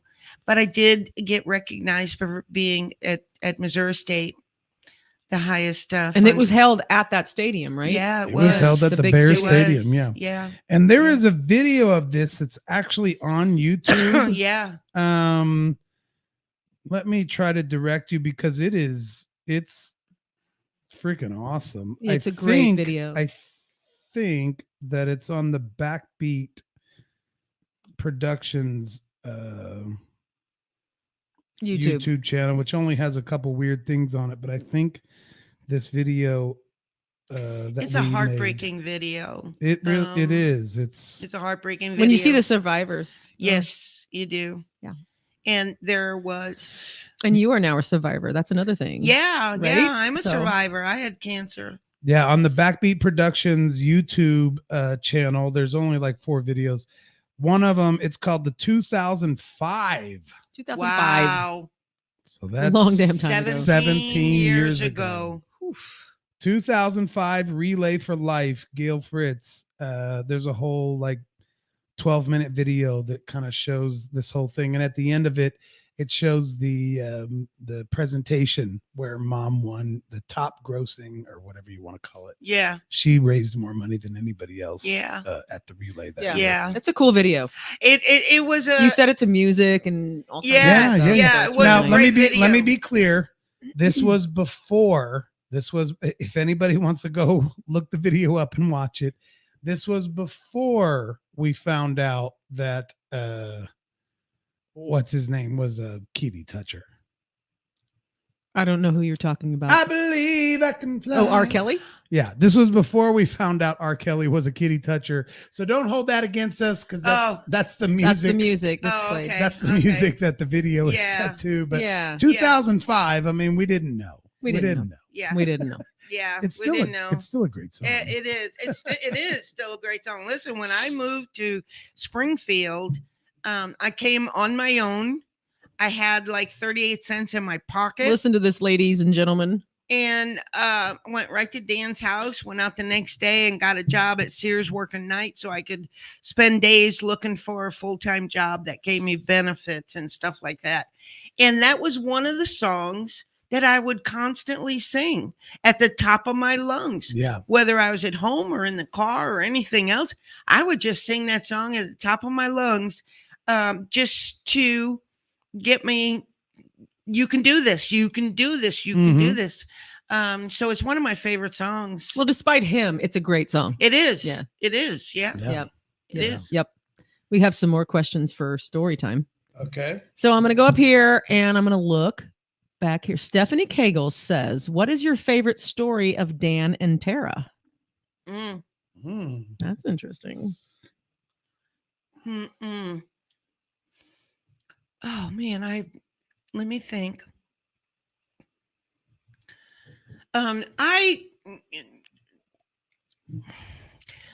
There's a lot of stories, so to pick out the favorite is always hard.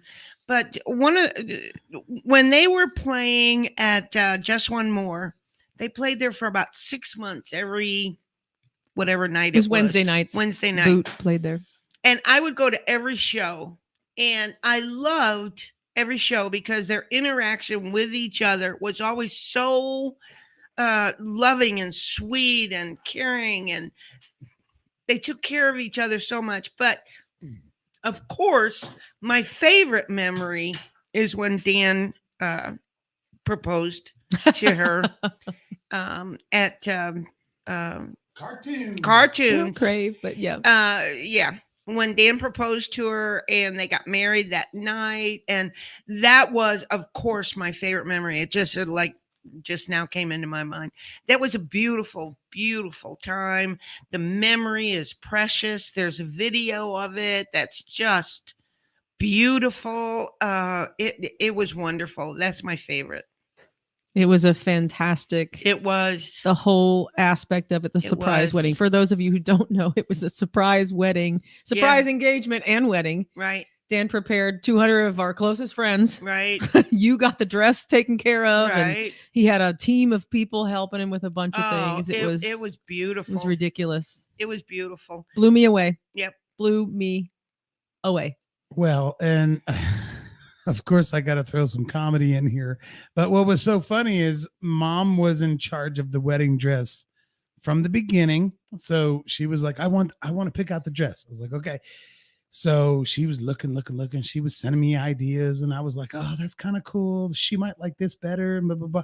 So we went back and forth. Just saying, because I had already told you, I don't want no damn white dress when we get married. Because we had discussed things, but I was like, I didn't want a white proper, yeah. blah, So, blah, blah. But You had an idea of what I might like. Right.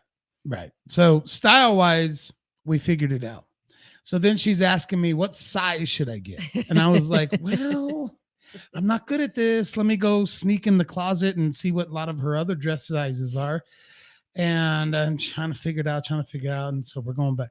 She's like, all right, I ordered it and I got it in this such and such a size, which I was kind of like, that might be snug. Like, I'm like, I don't really care, but I don't know. So I was like, okay. She's like, it's already on its way. This is funny. We had to order it. She had to order from some crazy place, and it was going to take weeks to get here. And we're like all nervous about whether it's going to make it. And here's the size I got. And I kind of realized like that might be a tight size, but okay, whatever. Because I put on a couple pounds. And this was all a surprise. I don't know if we had made that clear yet. I said that just a second ago. Okay. And so 30 days or whatever, a month before the actual wedding was going to happen, I just came into the kitchen. I was like, hey, you know what? We ought to just start eating salads. Like we could both stand to lose some weight. And maybe we should just together, we should just go on a salad diet. That sounds great. Let's do that. And you're like, yeah, we should. Yeah. I tried to make it sound all exciting because I was scared to death that when the dress came, you weren't going to be able to get the fucking thing on. Yeah. And so we totally went on like a salad diet for a couple weeks. For like 30. No, it was like, I think we gave up about the 25th day. And that was about what, 4 days before the wedding or something. Yeah, I was like, well, we'll see. Yeah. And it fit perfect. It did. It fit. If you guys can get to the video, it is the most precious video you will ever watch. And he pulled it off totally. It was amazing. I remember I didn't know a thing. One time I was in the kitchen here and I was saying something and I was telling him something and I was like, and so for the wedding, I was like, and she's like, what wedding? And he just kind of like behind your shoulder, just leaned over and I was like, Michelle's wedding. It's for Michelle's wedding. Yeah. Then after I don't know who Michelle is, right? Michelle. Then after you leave, she goes, Michelle's getting married? And I was like, I don't know. Oh, you said Michelle's wedding. No, she I said did. Michelle's wedding. Michelle. Oh, yeah. Okay. Michelle. All right. Yes. And then after mom left, you were like, is Michelle getting married? And I was like, I think so. I think maybe there's something about that going on. Yeah, it was crazy. I barely got out of that one.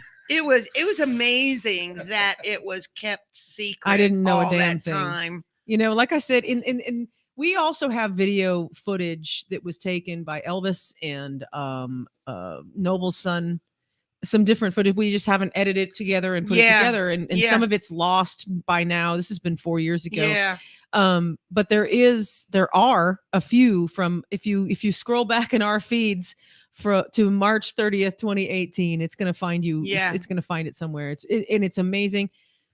There's too much to cover here. We've already done a video about it all, but thanks for refreshing that memory. Me too. It's a Me great too. memory. I'm glad you asked that. That was great. Because it did. Yeah. It was a freaking phenomenal evening. Mhm. Mike McWhorter, Yes. he says, so mom, Yep. what is the most compromising position you have caught your son in? Oh my. I have to think about that. Nothing that really would surprise me, Mike. Can you think of a time?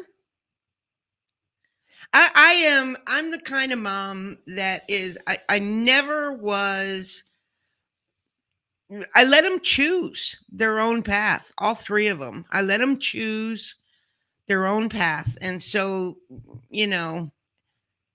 I can't think of a time that. There's a couple stories I could think of that I don't know if it was necessarily me in a compromising situation, but like the story of Grumpy's is pretty good.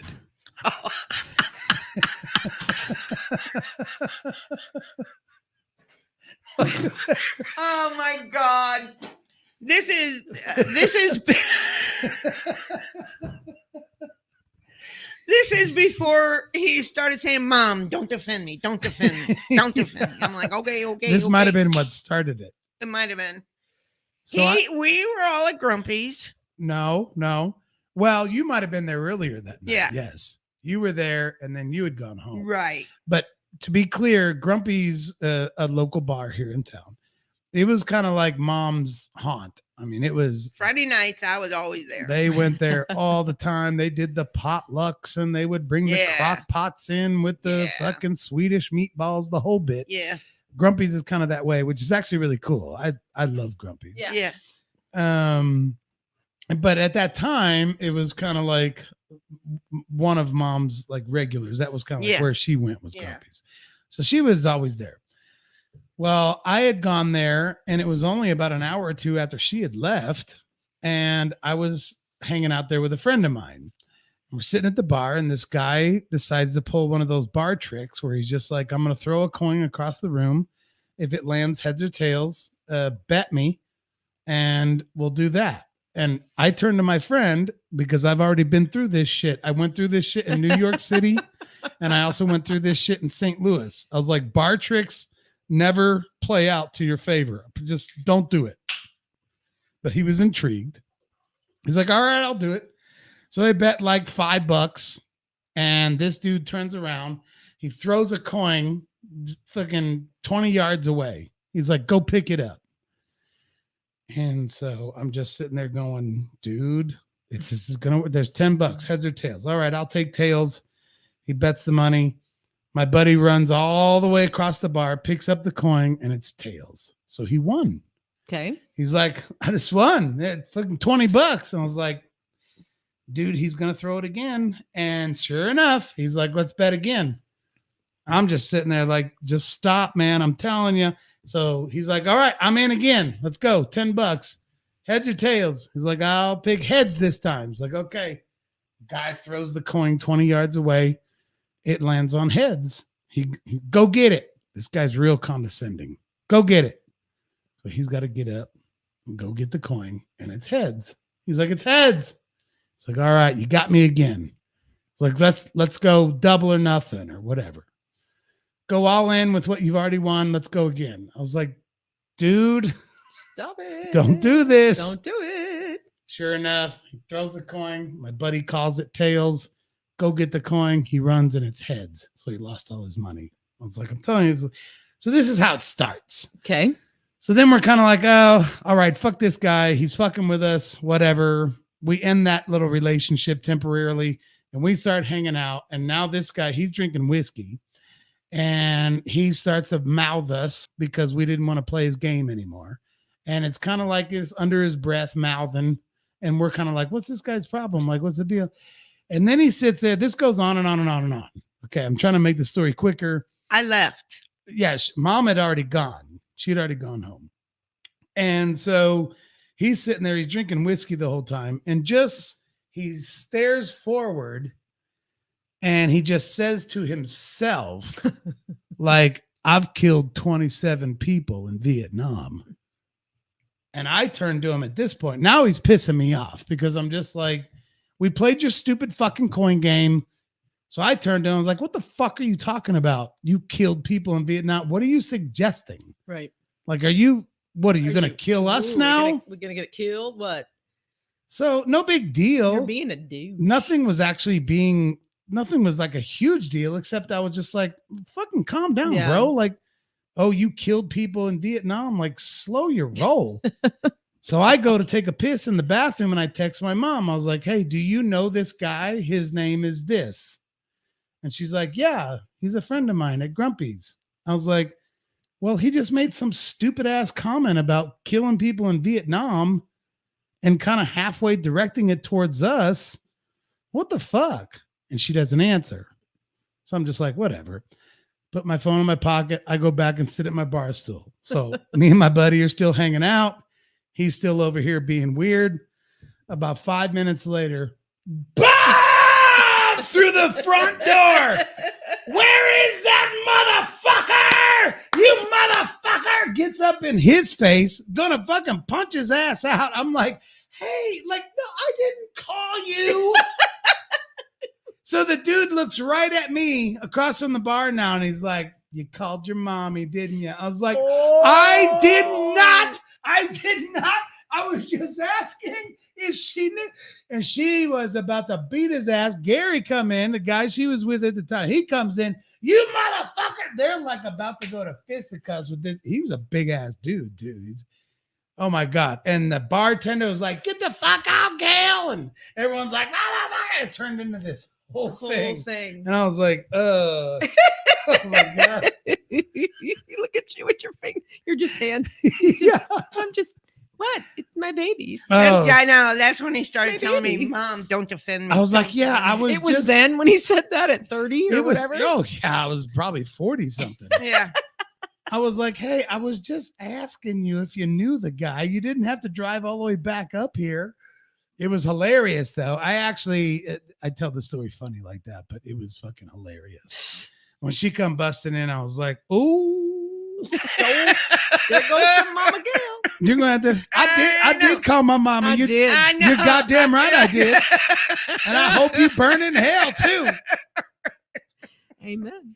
I said something to him like, don't you say that about him. You want to go outside right now? Oh, yeah, she was asking him to go outside and fight him. He was like 6'4", and fucking 250. Oh, believe me, I met him. Oh, you know who he is. I know exactly who he is. Oh, yeah. I was playing a show, I'm like- a little acoustic show, and you were there that night. And dude walks in. He was tipping us well. I ran into him like 2 years later. Did you? Yeah, Tara was this story. And I only want to interrupt it because No, you're fine. there was a moment that happened with me and him. He was at her show when she was playing over at Cody's South. I walk in, I'm hanging out, I'm standing at the bar trying to order a drink. I turn around and he's right there. And he's still looking at me like he wants to kill you. you called your mom. he didn't. He didn't say that. He didn't say that, but it was the same look that he had that night. He looked right at me. He remembered everything. And he just shook his head like, you called your mommy. And I only knew this guy as a guy that was tipping us well. Oh, he was a pretty cool guy, actually. Hang on, there's more to the story, but he would request a song and the three of us would put our heads together and we'd fucking play something. If we knew it, we'd play. Or if we kind of whatever, I'd pull the lyrics up on the iPad and we'd just do it. Like he was tipping us well for every song. Yeah. And then there was one that I can't remember the song, but he requested a song and it stumped us all. Yeah. We were just like, all three of us didn't know what the song was. And so I said, we can't play that. And he comes up to the stage and he completely went asshole on us. Yeah. He was completely like, you've been playing my shit all night long and now you're going to stop playing my shit. I should just take my tip money back from you. Yeah. And it's just like, whoa. Yeah. Like, I mean, maybe Yeah. $5. He changed a little when he got whiskey like drunk. $5 a Yeah. song. And he probably maybe 10 songs. So, I mean, he paid us well. I don't know how I But didn't then- get killed at. Oh my gosh. Same guy. But then you walk in somewhere around this time where the guy turned into a douche. Yeah. And that's when he saw Yeah. you at the bar. It was the Yeah. weirdest. Because I was like, you know that guy? And he told me the story. Yeah, I was yeah, like, oh yeah. my He's God. like, oh, I know him. Yeah. He's I know super, him. super freaking nice. Yeah. And then all of a sudden and he came Yeah. in multiple times. I don't think he's in Springfield anymore. I haven't seen him I in don't know. years. But he had come in to see us multiple times. And this one particular time, well, he had gotten a little bit shitty, but this one particular time he got really shitty. And that's when you came. Yeah. Oh my God. Yeah. I don't know his name. I wouldn't even want to describe him, but Yeah. same guy, same freaking guy. Oh, yeah. Yeah. That guy. That guy. Yeah. That guy. Fuck that guy. So I don't know. That might be the answer to Mike's question. That's a really good one.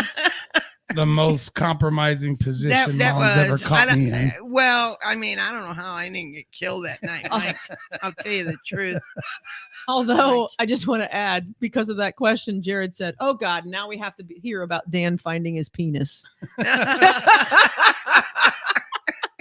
I don't think so. Well, and the bad part was I was working for Dan during that period. I worked for him for 5 years at the cabinet shop, and I went in the next morning, and he's like, quiet as can be. And I'm like, I think I overstepped my boundaries somewhere. I don't know. I thought I was doing the right thing. I had to come in there. Don't mess with my baby. Don't mess with my baby. You've been that way with all your babies. all three so, of them. Yes. All three of them. You will be that way Yeah. till you do go leave us. You'll be They have always been my identity. They're all three completely different. Yeah. Completely different. And that I enjoy. I enjoy that they're all so different. But they were my identity in my life. They still are. Yeah. Yeah. Yep. And my grandchildren. Yeah, you got Yeah. some good grandkids. Good I kids do. and good grandkids. Yeah. Yeah, it's been cool. One question Jared asked. Hashtag story time. Oh, he Dan, switched it. He switched it. What? He said this Oh, yeah, he earlier, but he switched switched it. Dan, when was the time you were most proud and also most nervous for your mom? Interesting. The same question he asked to you. Now Yeah. he's asking him.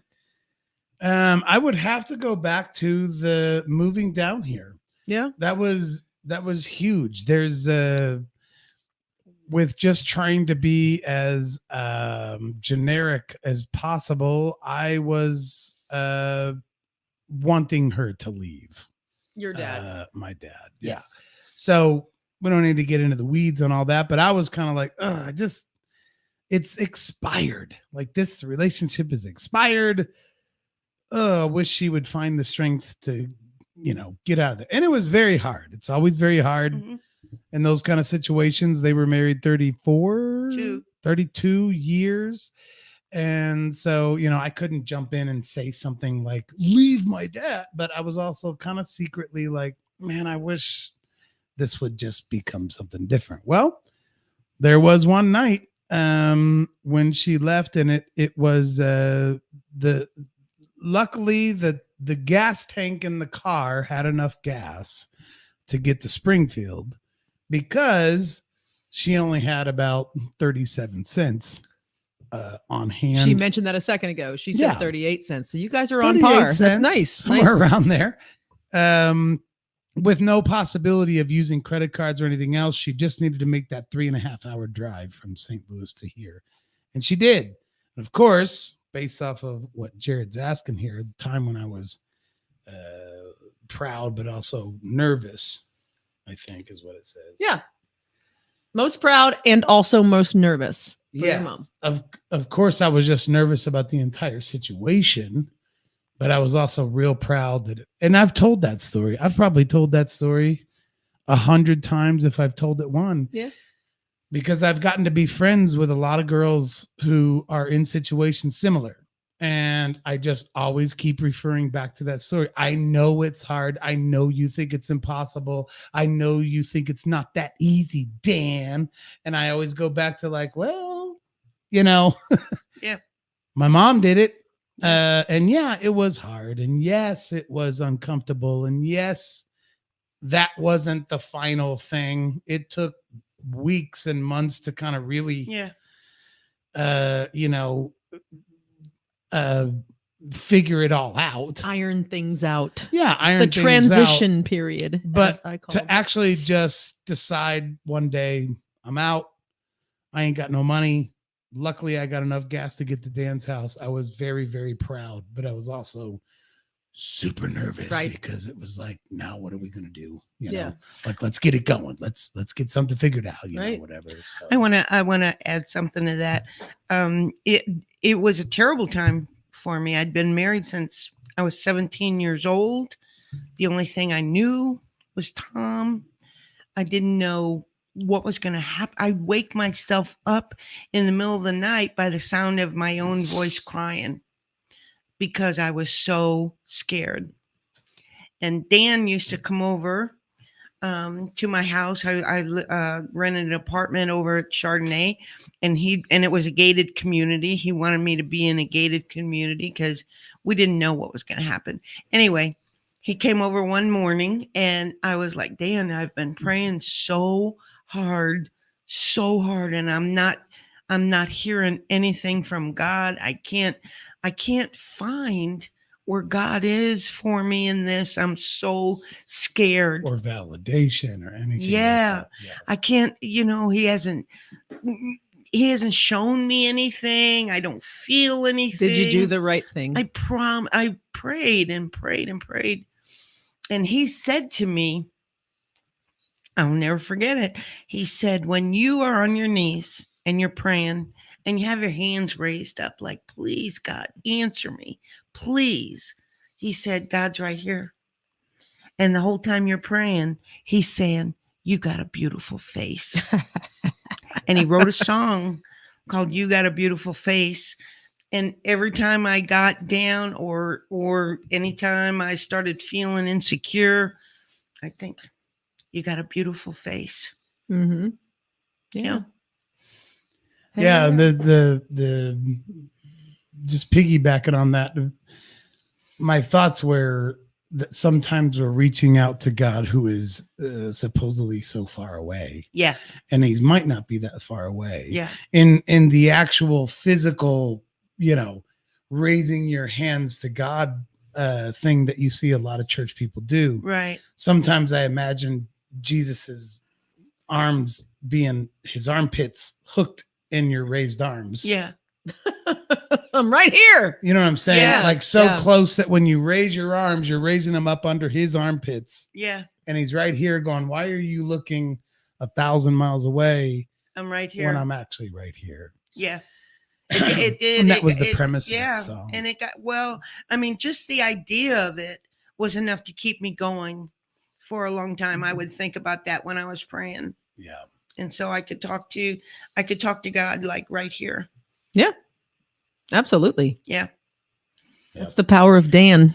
Well, yes, he was in many respects. I'm not totally an asshole. Mm-hmm. No, he was in many respects. Not totally. My pastor, my minister. Yeah. Every time that I was like at the brink of giving up, like sometimes I'd be like, I just want to go home. I just want to go home. I don't know anything else, He'd be there to make sure that I got back on the right track, back on the right road, back on the that would be better for me. Yeah. Yeah. And it worked out. Oh yeah. Yeah, it worked out. It was definitely better for you. Oh yeah. Yeah. Mhm. Nice. That is actually where Jared Isaacs lives. Is Chardonnay. Oh, right. Yeah. Because he just Oh, posted. He's like, yeah. and guess where I live. Yeah. So Chardonnay's Jared, if still you beautiful. walk out on your deck, because I know if you're still in the same It's unit a balcony. balcony, and look straight directly across the pond, Mm-hmm. Where the fountain literally is. like a straight line south. Mom was in the First floor that apartment very first floor apartment right there directly across that faced the fountain. that yeah. faced the fountain. I loved it there. It was wonderful. Yep. Very good. It's a story being strong. I mean, you need help. Anyone in that situation needs help, and you got help, and you still doubted it. You still were wondering. Oh, absolutely. You wanted that comfort of the normal Yes. instead of learning what the new normal was going Yeah, to be. Yeah. I never knew anything else. You Right. know, I was married at 17. Yeah. I never knew anything else. Right. Totally. There's so Well, across the much board, more. not just relationships, but Yeah. friends and bank accounts and Yeah. and credit cards and furniture and Right. automobiles, and like literally it was like I'm just coming down and I have no idea what I'm doing. No. Yep. No. So let's wake up tomorrow and start figuring out what we're gonna do. And and this might maybe this will help someone out there. I don't know, especially a young girl that's making a change in her life. All I did was work. I worked. I got a job at the mall to work nights. I got a job during the day, and I would just work and work and work. That's not for everybody. A lot of people would just lay in bed and say, woe is me, and cry and just give up and get depressed. And I just went to work. I'd get off of work. My first job was assembly. I got headquarters. I'd get off of work. I'd go over to Sears and I'd work till 10 o'clock at night. I'd go to bed, I'd get up, and I'd go back to work. And that's not for everybody, but it was for me. Yeah. It was you for busy. me to just keep working. And that got me through. Kept you busy. Yeah. Kept you busy. Kept your mind going. And also you had a Absolutely. purpose. I You had a new did. purpose. I did. I really did. Now, don't get me wrong. Was it hard? Oh my God. Yeah. Yes, it Yeah. was. It was Right. hard. I never knew anything other than your dad. So Yeah. 32 years. I mean, I was with him since I was 17. So I didn't know how. I didn't even know how to finish sentences. Right. I'm relate. serious. I didn't know where I serious. like to eat food I know. when I left one I know. relationship. I get it. And totally have recovered. Which I And think I'm is good. even more of a testament to what we had kind of joked about earlier about how you've gotten way more popular in this town than me. Which I don't care if I'm popular, but I'm just saying there is so many groups and so many different, groups of people that have just come to love and respect who you are, what you've accomplished, your good attitude, you're always fun to be around. And it stems from, our music community. Almost everybody knows who you are. The Sertoma group now, everybody knows who you are. Even in my world, in the housing market, my cabinet shop, there's so many of my clients and ex-employees and vendors and everybody. vendors, suppliers, everyone. I still get people coming to our shop and being like, how's your mom doing? How's your mom doing? It's all across the board. And so now, it was such a gradual idea that it's kind of hard to connect the dots of what you are now, how important you are to so many people in Springfield, Missouri, compared to that time that you walked in my front door and just had no job, no money. Now the gas tank's empty because you drove to Springfield. Yeah. So we got to figure out how to get gas. It was actually that desolate at one time. Yeah. To a point where it's hard to find anybody who doesn't know Mama Gail. I mean, Ain't that right, folks? Go ahead and comment that. That's a huge testament. I don't think people just have seen this better side. Yeah. And they don't realize that you actually drove down here and stayed at my house 25 years ago. Yeah. 30 years ago? 25 years ago. Yeah. And back then, nobody knew Mama Gail. No. I didn't know a soul. You were invisible. You didn't know anybody here. Not a soul. Yeah. Yeah. And now it's just like, who doesn't? Oh, that's so fun. It's true. It's true. That's so fun. Yeah. Just to go back to the comments for a second, because this is very interesting. Jared also puts up in the 600 building. That's where my apartment fire was in 2012, 10 years ago last week. Mm-hmm. He says that whole building burned minus 12 apartments that were on the other side of the firewall of the building. I remember that. I remember Total when loss. it happened. Yeah. You were gone by then. Yeah, I Yeah, was you were gone. long I gone by was then. gone, Yeah. For Yeah. sure, for sure. And then it's rebuilt now, he says. Yeah. But Mike Recorder goes, I bet Dan had more skid marks than any of his brothers. Care to verify? Who's that? Mike McWhorter. Mike McWhorter. I did not keep count. I did not Didn't keep track count. of the skid I marks. didn't keep You track. had 3 boys. I had 3 That's boys. a lot to keep track of. So, That's you a know, lot of skid you marks. couldn't keep the underwear separated. So It was like, this looks like it's Yeah, more than that that's- one. yeah. I'm going to put that over there. Yeah.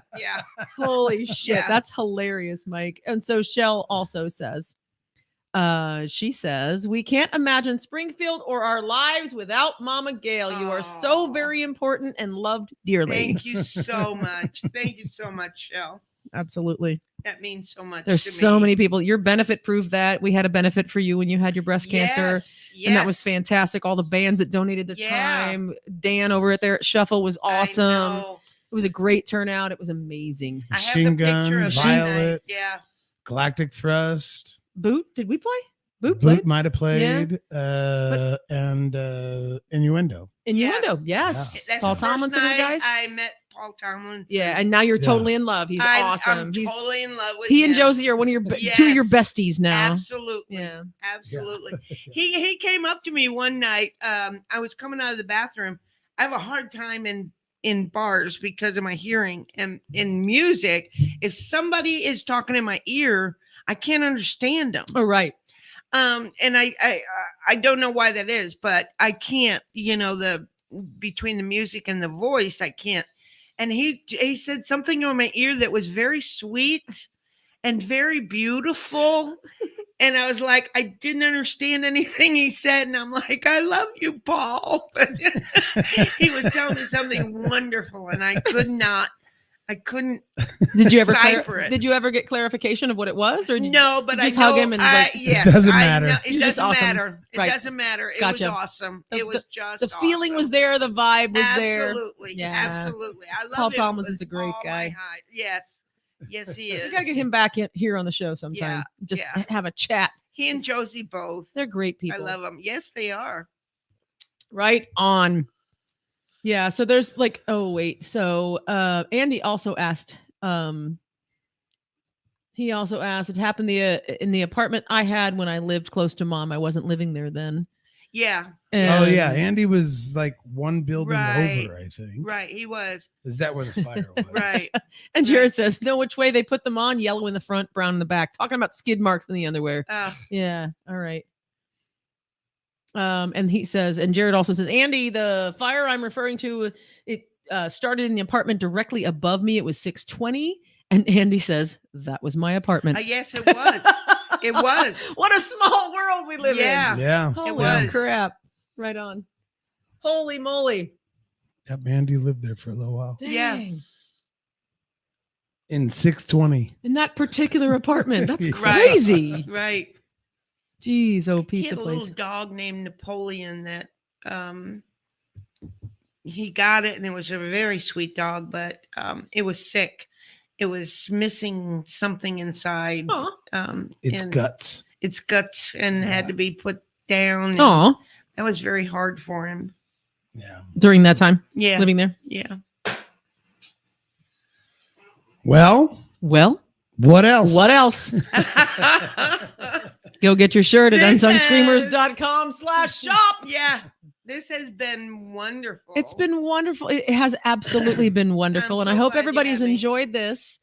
I So hope glad everybody's you had enjoyed me. this. Yeah. Yeah, This has because been super also fun. one thing we didn't even say as we got this all sort of started is we, if you haven't noticed, we're continuing to develop our ideas and develop our podcast and grow it, and we got new ideas all the time, and we've just kind of recently thought, why don't we just do some of our conversations and interviews on our Thursday night shows. Let's do it. Instead of doing them separately, because after 77 episodes of just me Of and you sitting here Looking at the camera. trying to be funny, maybe that's getting a little boring. So we had Mom on tonight, and even next week we have already got We've got, should we say? yes, Donnie Cockrum is going to be here. Donnie Cockrum's going to be here next week. He's Next the guy getting ready to Thursday. start the Hot Wings podcast. He's doing a hot, I can't remember the exact, Or- 417, the hottest. What do you call it when you're video, but you're trying to pretend you're a podcast? Oh, You just told me the a other day. vodcast. Is it vodcast? Vodcast. Yeah, it's a vodcast. That's the cool new word, Jared. We said it first. It's the vodcast. Yeah. I think we did. I don't know. But we did. No, but it's actually a thing, vodcasting as opposed to podcasting. right, which is what we're doing here. Yeah, which is video. So we're going to have him on next week. And from here on out, we're going to just actually have our guests on Thursday nights for the live shows. Yep. Mix it up a little bit. If So, we skip a week with a guest, then it's just going to be us two. But we're going to try to get more people to show up here at the table and hang out and have a good time and talk over some stuff. We don't know Donnie at all. Donnie Cockrum's coming. I mentioned I just wanted to get somebody different on the show. And so I texted him and he said, yes, I'll do it. So he's going to be here next week. He also does a an open mic over at the Outland at the Odyssey. So if you know him, cool. If you don't, watch next Thursday. You'll get to meet him. So, Mama Gail, you got any final thoughts? No, Because we'll probably have you on again. I mean, Oh, because we good. don't Of care course. now about Good. it doesn't have to be I would a love to come one-time back offshoot. again. This Yes. has been was fun. so much fun. And reliving some of the memories that I had forgotten about, Yeah. Was really great. Yeah. Super fun. And I knew a lot of the stories, but it was neat to hear your perspective because Yeah. I heard those stories from him. So Yeah. that And was there's fantastic. still, I mean, you wouldn't believe the mountains No, of I more believe. stories that we have. Yeah. And that's why instead of worrying so much about having someone on and getting their life story, it's just we're kind of changing it up a little bit and just having people on and having A conversation. a good time conversation and involving some of our watchers and just letting it be fun. So to have you back multiple times from here on out would actually be fun. Absolutely. So, And that's Would be why for me. yes. because there's so much more. And absolutely. And that's why at first it seemed like we were ignoring the comments, but we weren't. We were just hanging out and having a good time. So I know smart ass Jared was like, hello. I'll have to go online tomorrow and read all and just the watch. comments. Yeah, it was super fun. And just one more thing. Mike McQuarter says, my mom is the coolest. Well, because she's my mom, but you are coming in a close second. Love it tonight. Aw, thank you, Mike. That's a nice thing to say. We're going to actually have Mike on too. Yes, we Good. want to We have haven't- Mike on here. Good. We haven't told him this. No, but he doesn't know that yet. he's but- actually going to be Mike. Think about coming on not next Thursday, but the Thursday after. Mhm. Let us know if you could swing by on a Thursday. We'll have you That'd be as a wonderful. hangout guest. Yeah, that would be fun. Be great to have you hang out. So Mike has done so many things in my life to make me happy that he doesn't even know about. Right? Uh-huh. Referring back that. to some of the photos he's taken of my son Elvis. Yes. Mom's Got the one, which is a pretty fantastic one, but great photo. I think wish it's I the had that best. on hand, but I don't have but it on there's hand. also there's 100 more that he's taken that Yeah. have just all been Yeah. good. He used to go around town and take photos of all of us shining and stuff. So I just wanted to say before we close it out, tomorrow night and Saturday night is the premiere of the new Love Bomb. If you know Love Bomb before, they were awesome, but now they're restructured with a new guitar player and singer, and they start at Just One More tomorrow. We're Friday. gonna be there. We're going to be there tomorrow night. So they're going to be there Friday and Saturday. Saturday is Bobby's birthday show. And we posted a clip from his conversation we had right here at this very table. So go look for that and watch it. It's on our group. It's on the Facebook page and it's on YouTube. So go check that out. And the full conversation with Bobby's coming soon. But we just wanted to get that out there real quick because this is the premiere and it's a big deal for this guy. Oh man, it's fun to see Bobby's passion. He's so excited. In that clip. I mean, he's really into not only his band, but just the switch up and the new member and The new he's- look of Love Bomb. he's so excited about Yeah. it that sometimes you can kind of coattail on somebody else's passion when they get so excited about something. Right. And that's exactly where he's at. And that's why we posted that clip. And he tells the entire story about how they found this new guy. And they premiere tomorrow night at Just One More. in Republic. And then his more official birthday party is Saturday night. That's correct. But we'll be there tomorrow night. But we're going out of town this weekend. And We've so we got won't a be there niece having Saturday. a 16th birthday. So Yeah. we're going to be celebrating with Yes. Louisa and Marty and Tracy. So we And got don't forget about the skirmish. the skirmish Yes. April April 23rd. 23rd. That The is Skirmish. The Unsung Screamers have already challenged the Audio Rose podcast to compete. If you want to puss out, that's fine. That's cool. That's fine. That's cool. But We get it. if you want to do it, let's do it. We'll wave our banner and when we win and you won't have one. And anybody else that wants to go up against Tara and I, Yeah. her and I can win Pictionary like nobody else. We 'cause are Oh, just, Pictionary. we just Yeah. fucking think kings and things and we queens. know what we're thinking. That's why I think we're going to win the Skirmish. Draw one line. Hot dog. That's why we know we're going to win the Skirmish. One line. Wagon wheel. We're going to do it. People get pissed when we play Pictionary. I'm just saying. And that's how we're gonna play the skirmish. We ain't gonna play games. Or we'll be fighting mad. No, in the we're car. gonna win it. We'll even if we're fighting, we're gonna win it. We're gonna freaking win. We're gonna win it. That's right. Tune in live every Thursday night at 7 p.m. Central. On the Unsung Screamers Facebook page, YouTube channel, and Twitter. And check out our Unsung Screamers podcast. Wherever you get your podcasts. Ah!